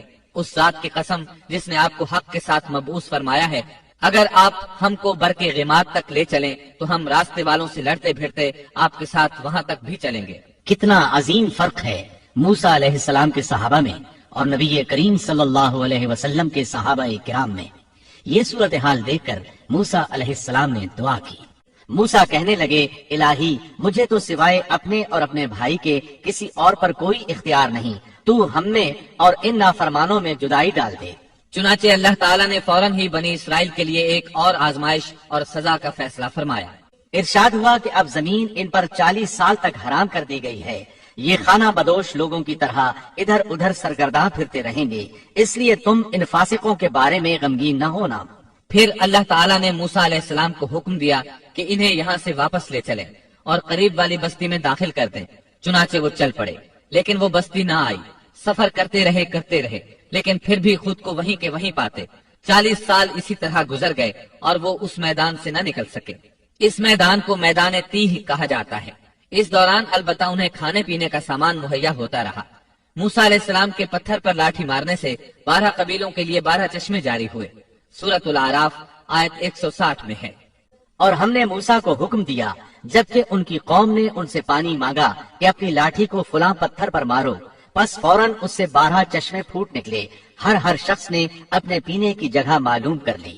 12 چشمے اس لیے کہ بنی اسرائیل کے 12 قبیلے تھے۔ یعقوب علیہ السلام کی نسل سے ان کے بیٹوں کے 12 قبیلے وجود میں آئے تھے۔ جب یہ کہیں پڑاؤ ڈالتے تو چشمے بہتے رہتے، کوچ کرتے تو پانی بند ہو جاتا۔ وہ اس پتھر کو اٹھا کر چل پڑتے، پھر پڑاؤ کی جگہ پر پتھر رکھ دیتے تو پانی جاری ہو جاتا۔ 40 سال اسی طرح گزرے۔ چونکہ وہ ایک صحرا میں تھے، وہاں سایہ نہیں تھا، سورج کی گرمی کی شدت تھی۔ آخر انہوں نے کہا، اے موسیٰ اپنے رب سے دعا کریں کہ ہم دھوپ سے بچ جائیں۔ آپ نے دعا فرمائی، اللہ نے ان کے لیے سائے کا انتظام کر دیا۔ اللہ تعالیٰ سورۃ الاعراف آیت 160 میں فرماتے ہیں، اور ہم نے ان پر بادلوں کا سایہ کر دیا۔ اسی طرح جب انہیں بھوک ستاتی تو ان کے پاس بے شمار پرندے آ جاتے۔ اللہ تعالیٰ سورۃ الاعراف آیت 160 میں فرماتے ہیں، اور ہم نے ان پر من اور سلوہ نازل کیا۔ ان 40 سالوں میں کچھ اہم واقعات بھی پیش آئے۔ ان میں سب سے مشہور قصہ گائے والا ہے۔ ایک دن وہ لوگ نیند سے بیدار ہوئے تو انہوں نے اپنی قوم کے بڑے افراد میں سے ایک شخص کو دیکھا کہ اسے قتل کیا جا چکا تھا۔ قاتل کا کھوج لگانے کی کوشش کی گئی لیکن کامیابی نہ ہو سکی۔ آخر وہ سب موسیٰ علیہ السلام کے پاس آئے۔ آپ نے اللہ سے دعا کی، تب اس سلسلے میں وحی نازل ہوئی۔ اللہ تعالیٰ سورۃ البقرہ آیت 67 میں فرماتے ہیں، اور موسیٰ نے جب اپنی قوم سے کہا کہ اللہ تمہیں ایک گائے ذبح کرنے کا حکم دیتا ہے تو انہوں نے کہا، ہم سے مذاق کیوں کرتے ہو؟ آپ نے جواب دیا کہ میں ایسا جاہل ہونے سے اللہ کی پناہ پکڑتا ہوں۔ موسیٰ علیہ السلام نے انہیں بتایا کہ اس سلسلے میں اللہ تعالیٰ نے ایک گائے کو ذبح کرنے کا حکم دیا ہے۔ وہ کہنے لگے، بھلا یہ کوئی عقل کی بات ہے؟ مسئلہ قتل کا ہے اور آپ گائے ذبح کرنے کا حکم دے رہے ہیں؟ آپ تو ہم سے مذاق کر رہے ہیں۔ آپ نے فرمایا، مذاق کرنا تو جاہلوں کا کام ہے۔ انہوں نے جو جواب دیا وہ سورۃ البقرہ آیت 68 میں ہے۔ انہوں نے کہا، اے موسیٰ دعا کیجئے کہ اللہ ہمارے لیے اس کی ماہیت بیان کر دے۔ آپ نے فرمایا، سنو، وہ گائے نہ تو بالکل بوڑھی ہو نہ بچہ، بلکہ درمیانی عمر کی نوجوان ہو۔ اب جو تمہیں حکم دیا گیا ہے بجا لاؤ۔ اس پر وہ بولے۔ وہ پھر کہنے لگے کہ دعا کریں کہ اللہ بیان کرے کہ اس کا رنگ کیا ہے۔ فرمایا، وہ کہتا ہے کہ وہ گائے زرد رنگ کی ہو، چمکیلا اور دیکھنے والوں کو بھلا لگنے والا رنگ۔ اس پر انہوں نے ایک اور سوال کر دیا۔ سورۃ البقرہ آیت 70 اور 71 میں ہے۔ وہ کہنے لگے کہ اپنے رب سے دعا کریں کہ وہ ہمیں اس گائے کی مزید ماہیت بتائے۔ اس قسم کی گائیں تو بہت ہیں، پتہ نہیں چلتا، اگر اللہ نے چاہا تو ہم ہدایت والے ہو جائیں گے۔ موسیٰ نے فرمایا کہ اللہ کا فرمان ہے کہ وہ گائے کام کرنے والی، ہل میں جوتنے والی اور کھیتوں کو پانی پلانے والی نہ ہو، تندرست اور بے داغ ہو۔ انہوں نے کہا، اب آپ نے حق واضح کر دیا۔ گو وہ حکم قبول کرنے کے قریب نہیں تھے، لیکن انہوں نے اس کو مان لیا اور وہ گائے ذبح کر دی۔ موسیٰ علیہ السلام نے حکم دیا کہ اس میں سے ایک گوشت کا ٹکڑا لو اور مقتول کے جسم کے ساتھ لگاؤ۔ انہوں نے ایسا ہی کیا۔ اللہ تعالیٰ سورۃ البقرہ آیت 72 اور 73 میں فرماتے ہیں، جب تم نے ایک شخص کو قتل کر ڈالا پھر اس میں اختلاف کرنے لگے، اور جو کچھ تم چھپاتے تھے اللہ اس کو ظاہر کرنے والا تھا۔ ہم نے کہا کہ اس گائے کا ایک ٹکڑا مقتول کے جسم پر لگا دو، وہ زندہ ہو جائے گا۔ اسی طرح اللہ مردوں کو زندہ کر کے تمہیں تمہاری عقل مندی کے لیے نشانیاں دکھاتا ہے۔ مقتول کو گوشت کا ٹکڑا لگا تو وہ اٹھ کر کھڑا ہو گیا. اس نے بتایا میرا قاتل فلاں شخص ہے. یہ بتاتے ہی وہ پھر مر گیا. اس معجزے کو دیکھ کر بھی ان کے دل نرم نہ ہوئے. اللہ تعالیٰ سورۃ البقرہ آیت 74 میں فرماتے ہیں، پھر اس کے بعد تمہارے دل پتھر جیسے بلکہ اس سے بھی زیادہ سخت ہو گئے. بعض پتھروں سے تو نہریں بہ نکلتی ہیں اور بعض پھٹ جاتے ہیں اور ان سے پانی نکل آتا ہے، اور بعض اللہ کے ڈر سے گر پڑتے ہیں اور تم اللہ کو اپنے اعمال سے غافل نہ جانو. مطلب یہ کہ پتھر نرم ہو جاتے ہیں لیکن ان کے دل پتھر سے بھی زیادہ سخت ہیں. انہی 40 سالوں کے دوران ایک اور اہم واقعہ پیش آیا. ایک دن موسیٰ علیہ السلام نے فصاحت اور بلاغت سے بھرپور خطبہ دیا. ایک شخص نے پوچھا زمین پر سب سے زیادہ علم رکھنے والا شخص کون ہے؟ آپ نے جواب دیا میں ہوں. اللہ تعالیٰ کو یہ انداز پسند نہ آیا. اگرچہ بات درست تھی، آپ اللہ کے رسول تھے، آپ کو اللہ سے گفتگو کا شرف حاصل تھا. آپ سے بڑا عالم اس وقت اور کون ہو سکتا تھا؟ اس کے باوجود اللہ تعالیٰ کو جواب پسند نہ آیا. اللہ کو تو عاجزی پسند ہے. چنانچہ اللہ تعالیٰ نے فرمایا زمین پر اس وقت آپ سے بڑا عالم موجود ہے. موسیٰ علیہ السلام نے پوچھا اے اللہ وہ کون ہے اور کہاں رہتا ہے؟ اللہ تعالیٰ نے فرمایا تم اسے مجمع البحرین کے پاس مل سکو گے. آپ ایک مچھلی پکڑ لیں اور سفر شروع کر دیں. جہاں وہ مچھلی گم ہو جائے گی وہیں وہ عالم موجود ہوگا. سورۃ الکہف آیت 60 میں ہے. اور جب موسیٰ نے اپنے نوجوان سے کہا کہ میں تو چلتا ہی رہوں گا یہاں تک کہ 2 دریاؤں کے ملنے کی جگہ پہنچ جاؤں یا پھر میں عرصہ دراز تک چلتا رہوں گا. موسیٰ علیہ السلام کے شریک سفر یوشع بن نون تھے. یہ بھی نبی تھے. موسیٰ علیہ السلام کے بعد بنی اسرائیل کی باغ ڈور انہوں نے ہی سنبھالی تھی. سورۃ الکہف آیت 61 میں ہے. جب وہ دونوں وہاں پہنچے جہاں دونوں دریا ملتے تھے تو وہاں وہ اپنی مچھلی بھول گئے جس نے دریا میں سرنگ جیسا راستہ بنا لیا. ان دونوں کو علم نہ ہو سکا کہ یہی ان کی منزل ہے. مچھلی کو انہوں نے ٹوکری میں ڈال رکھا تھا. وہ وہاں زندہ ہو گئی اور اچھل کر پانی میں چلی گئی. موسیٰ علیہ السلام اس وقت سوئے ہوئے تھے. یوشع علیہ السلام نے مچھلی کو سمندر میں جاتے اور راستہ بناتے دیکھا لیکن موسیٰ علیہ السلام کو بتانا بھول گئے. یہاں تک کہ آرام کر کے وہاں سے پھر سفر شروع کر دیا. اس دن اور اس کے بعد رات سفر کر کے جب دوسرے دن موسیٰ علیہ السلام کو تھکاوٹ اور بھوک محسوس ہوئی تو یوشع علیہ السلام سے کہا کہ لاؤ بھائی ناشتہ کر لیں. یہ تذکرہ سورۃ الکہف آیت 62 تا 65 میں ہے.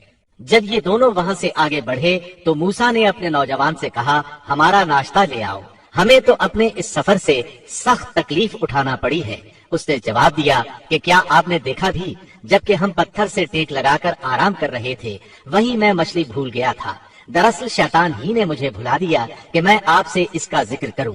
اس مچھلی نے انوکھے طور پر دریا میں اپنا راستہ بنا لیا تھا. موسیٰ نے کہا یہی تو تھا وہ مقام جس کی تلاش میں ہم تھے. چنانچہ وہیں سے اپنے قدموں کے نشانات دیکھتے دیکھتے واپس چلے اور وہاں انہوں نے ہمارے بندوں میں سے ایک بندے کو پایا. اسے ہم نے اپنے پاس سے خاص رحمت عطا فرما رکھی تھی اور اسے اپنے پاس سے خاص علم عطا کر رکھا تھا. اکثر مفسرین اس پر متفق ہیں کہ یہ عالم اللہ کے نبی خضر علیہ السلام تھے. اللہ نے انہیں نبوت کا علم عطا کیا تھا. موسیٰ علیہ السلام نے ان سے بات چیت شروع کی. قرآن کریم سورۃ الکہف آیات 66 تا 70 میں ہے. موسیٰ نے کہا کہ میں آپ کی پیروی کروں کہ آپ مجھے وہ نیک علم سکھا دیں جو آپ کو سکھایا گیا ہے. اس نے کہا آپ میرے ساتھ ہرگز صبر نہیں کر سکیں گے اور جس چیز کی حقیقت کا آپ کو علم نہیں اس پر آپ صبر کر بھی کیسے سکتے ہیں. موسیٰ نے کہا انشاءاللہ آپ مجھے صبر کرنے والا پائیں گے اور میں کسی بات میں آپ کی نافرمانی نہیں کروں گا. اس نے کہا اچھا اگر آپ میرے ساتھ ہی چلنے پر اصرار کرتے ہیں تو یاد رہے کہ کسی چیز کے بارے میں مجھ سے سوال نہ کیجیے گا جب تک کہ میں خود اس کی نسبت کوئی تذکرہ نہ کروں. اس مقام سے موسیٰ علیہ السلام نے یوشع بن نون علیہ السلام کو واپس بھیج دیا. اب موسیٰ علیہ السلام کا خضر علیہ السلام کے ساتھ سفر شروع ہوا. سورۃ الکہف آیات 71 تا 73 میں ہے. پھر وہ دونوں چلے یہاں تک کہ وہ ایک کشتی میں سوار ہوئے.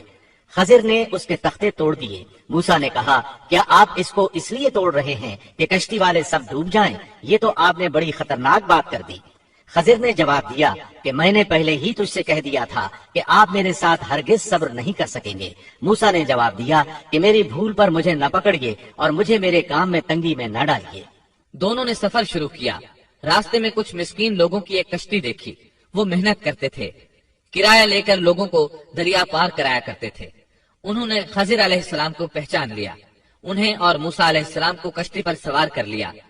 سفر کے دوران خضر علیہ السلام نے لوہا پکڑا اور لگے کشتی میں سوراخ کرنے۔ کشتی کے ڈوبنے کا خطرہ پیدا ہو گیا، لوگ پانی کشتی سے باہر پھینکنے لگے، اس طرح کشتی خطرے سے نکل آئی۔ موسیٰ علیہ السلام نے اس فعل کو ناپسند فرمایا اور بولے، کیا لوگوں کو ڈبونے کا ارادہ ہے؟ خضر علیہ السلام نے جواب دیا کہ میں نے تو پہلے ہی کہہ دیا تھا کہ آپ میرے ساتھ صبر نہیں کر سکیں گے۔ موسیٰ علیہ السلام بولے، واقعی میں نے اجرت سے کام لیا۔ انہوں نے معذرت کی۔ سورۃ الکہف آیت 74 تا 76 میں ہے۔ پھر دونوں چلے یہاں تک کہ وہ ایک لڑکے کو ملے۔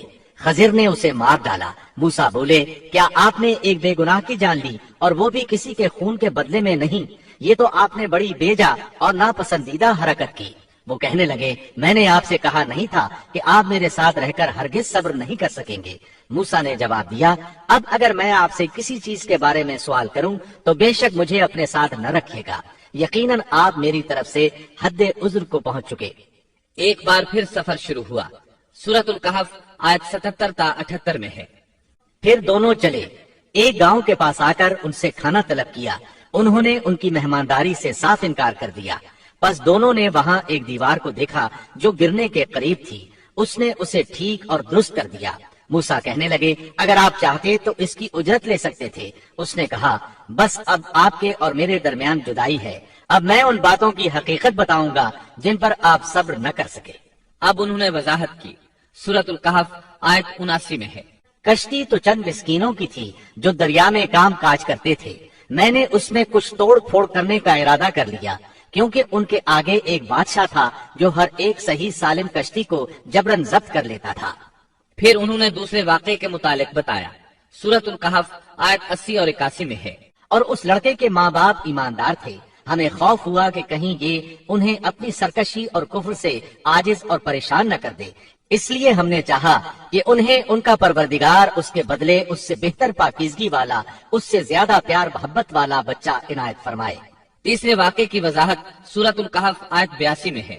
دیوار کا قصہ یہ ہے کہ اس شہر میں 2 یتیم بچے ہیں جن کا خزانہ ان کی دیوار کے نیچے دفن ہے۔ ان کا باپ بہت نیک تھا، تو تیرے رب کی چاہت تھی کہ یہ دونوں یتیم اپنی جوانی کی عمر میں آ کر اپنا یہ خزانہ تیرے رب کی مہربانی اور رحمت سے نکالے۔ ان تینوں قصص اور معاملات کی وضاحت کرنے کے بعد خضر علیہ السلام ایک عظیم امر بیان کرتے ہوئے فرماتے ہیں۔ سورۃ الکہف آیت 82 میں ہے۔ میں نے اپنی رائے سے کوئی کام نہیں کیا، یہ تھی اصل حقیقت ان واقعات کی جن پر آپ صبر نہ کر سکے۔ اللہ تعالیٰ نے خضر علیہ السلام کو بعض امور غیب پر اطلاع دے دی اور وحی کے ذریعے ان پر چند غیبی معاملات ظاہر فرما دیے۔ اس طرح وہ جان گئے کہ وہ بادشاہ نئی کشتیاں غصب کر لیتا ہے، وہ بچہ بڑا ہو کر سرکش بنے گا اور دونوں بچے بڑے ہو کر اپنا خزانہ نکالیں گے۔ یہ امور علم نبوت کی وجہ سے واقع ہوئے تھے، اپنی طرف سے خضر علیہ السلام نے یہ تصرفات نہیں کیے تھے۔ یہ علم انسان کی ذات کی طرف سے نہیں ہوتا، نہ ہی ہر انسان کو یہ علم حاصل ہو سکتا ہے، یہ تو صرف انبیاء کرام کو اللہ تعالیٰ کی جانب سے حاصل ہوتا ہے، وہ جسے چاہتا ہے عطا کرتا ہے، جیسا کہ یہ علم موسیٰ علیہ السلام کو عطا نہیں فرمایا اور خضر علیہ السلام کو بتلا دیا۔ بنی اسرائیل میدان تیہ میں 40 سال تک مسلسل محصور رہے۔ اسی اثنا میں ہارون علیہ السلام وفات پا گئے، انہیں اس میدان میں دفن کیا گیا، اور ان کی وفات کے صرف 2 سال بعد موسیٰ علیہ السلام بھی وفات پا گئے، ان کی وفات بھی اسی میدان میں ہوئی۔ امام بخاری رحمۃ اللہ علیہ نے ابو ہریرہ رضی اللہ عنہ سے ایک روایت نقل کی ہے۔ ابو ہریرہ رضی اللہ عنہ بیان کرتے ہیں کہ ملک الموت کو موسیٰ علیہ السلام کی طرف روانہ کیا گیا۔ جب وہ آئے تو موسیٰ علیہ السلام نے انہیں ایک تمانچہ مارا، وہ پروردگار کے پاس واپس لوٹ گئے اور عرض کیا، باری تعالیٰ تو نے مجھے ایسے بندے کے پاس بھیج دیا جو مرنا نہیں چاہتا۔ اللہ تعالیٰ نے فرمایا، تو پھر ان کے پاس جا اور اس سے کہہ کہ ایک بیل کی پشت پر اپنا ہاتھ رکھیں، جتنے بال ان کے ہاتھ کے نیچے آئیں گے اتنے برس ہی انہیں زندگی مل جائے گی۔ موسیٰ علیہ السلام نے عرض کیا، اے پروردگار پھر اس کے بعد کیا ہوگا؟ فرمایا، پھر بھی مرنا ہے۔ تب موسیٰ علیہ السلام نے عرض کیا، تو پھر ابھی صحیح۔ پھر انہوں نے اللہ تعالیٰ سے دعا کی کہ انہیں مقدس زمین یعنی بیت المقدس سے ایک پتھر پھینکنے کی مقدار کے برابر قریب کر دے۔ ابو ہریرہ رضی اللہ عنہ فرماتے ہیں کہ نبی کریم صلی اللہ علیہ وسلم نے فرمایا، اگر میں وہاں ہوتا تو تمہیں موسیٰ علیہ السلام کی قبر بتا دیتا، وہ راستے کے کنارے سرخ ٹیلے کے نیچے ہے۔ اس حدیث کو امام بخاری نے صحیح بخاری میں بیان کیا ہے۔ معلوم ہوا کہ انبیاء کرام کو موت کے وقت اختیار دیا جاتا ہے کہ دنیا میں اور رہنا چاہتے ہیں تو رہ سکتے ہیں، لیکن آخر موت ہے۔ سورۃ الزمر آیت 30 میں اللہ تعالیٰ نے نبی کریم صلی اللہ علیہ وسلم سے فرمایا، یقیناً خود آپ کو بھی موت کا مزہ چکھنا ہے اور یہ سب بھی مرنے والے ہیں۔ موسیٰ علیہ السلام کی قبر بیت المقدس کی طرف جانے والے راستے کے کنارے پر ہے اور صرف اتنی دور ہے کہ جتنی دور پتھر پھینکا جا سکے۔ آپ کی قبر سرخ ٹیلے کے نشیب میں ہے۔ اللہ تعالیٰ نے آپ کو مسجد اقصیٰ کے قریب دفن ہونا نصیب فرمایا۔ اور اس طرح اللہ کے دو عظیم اور کریم نبیوں کا قصہ اپنے اختتام کو پہنچا۔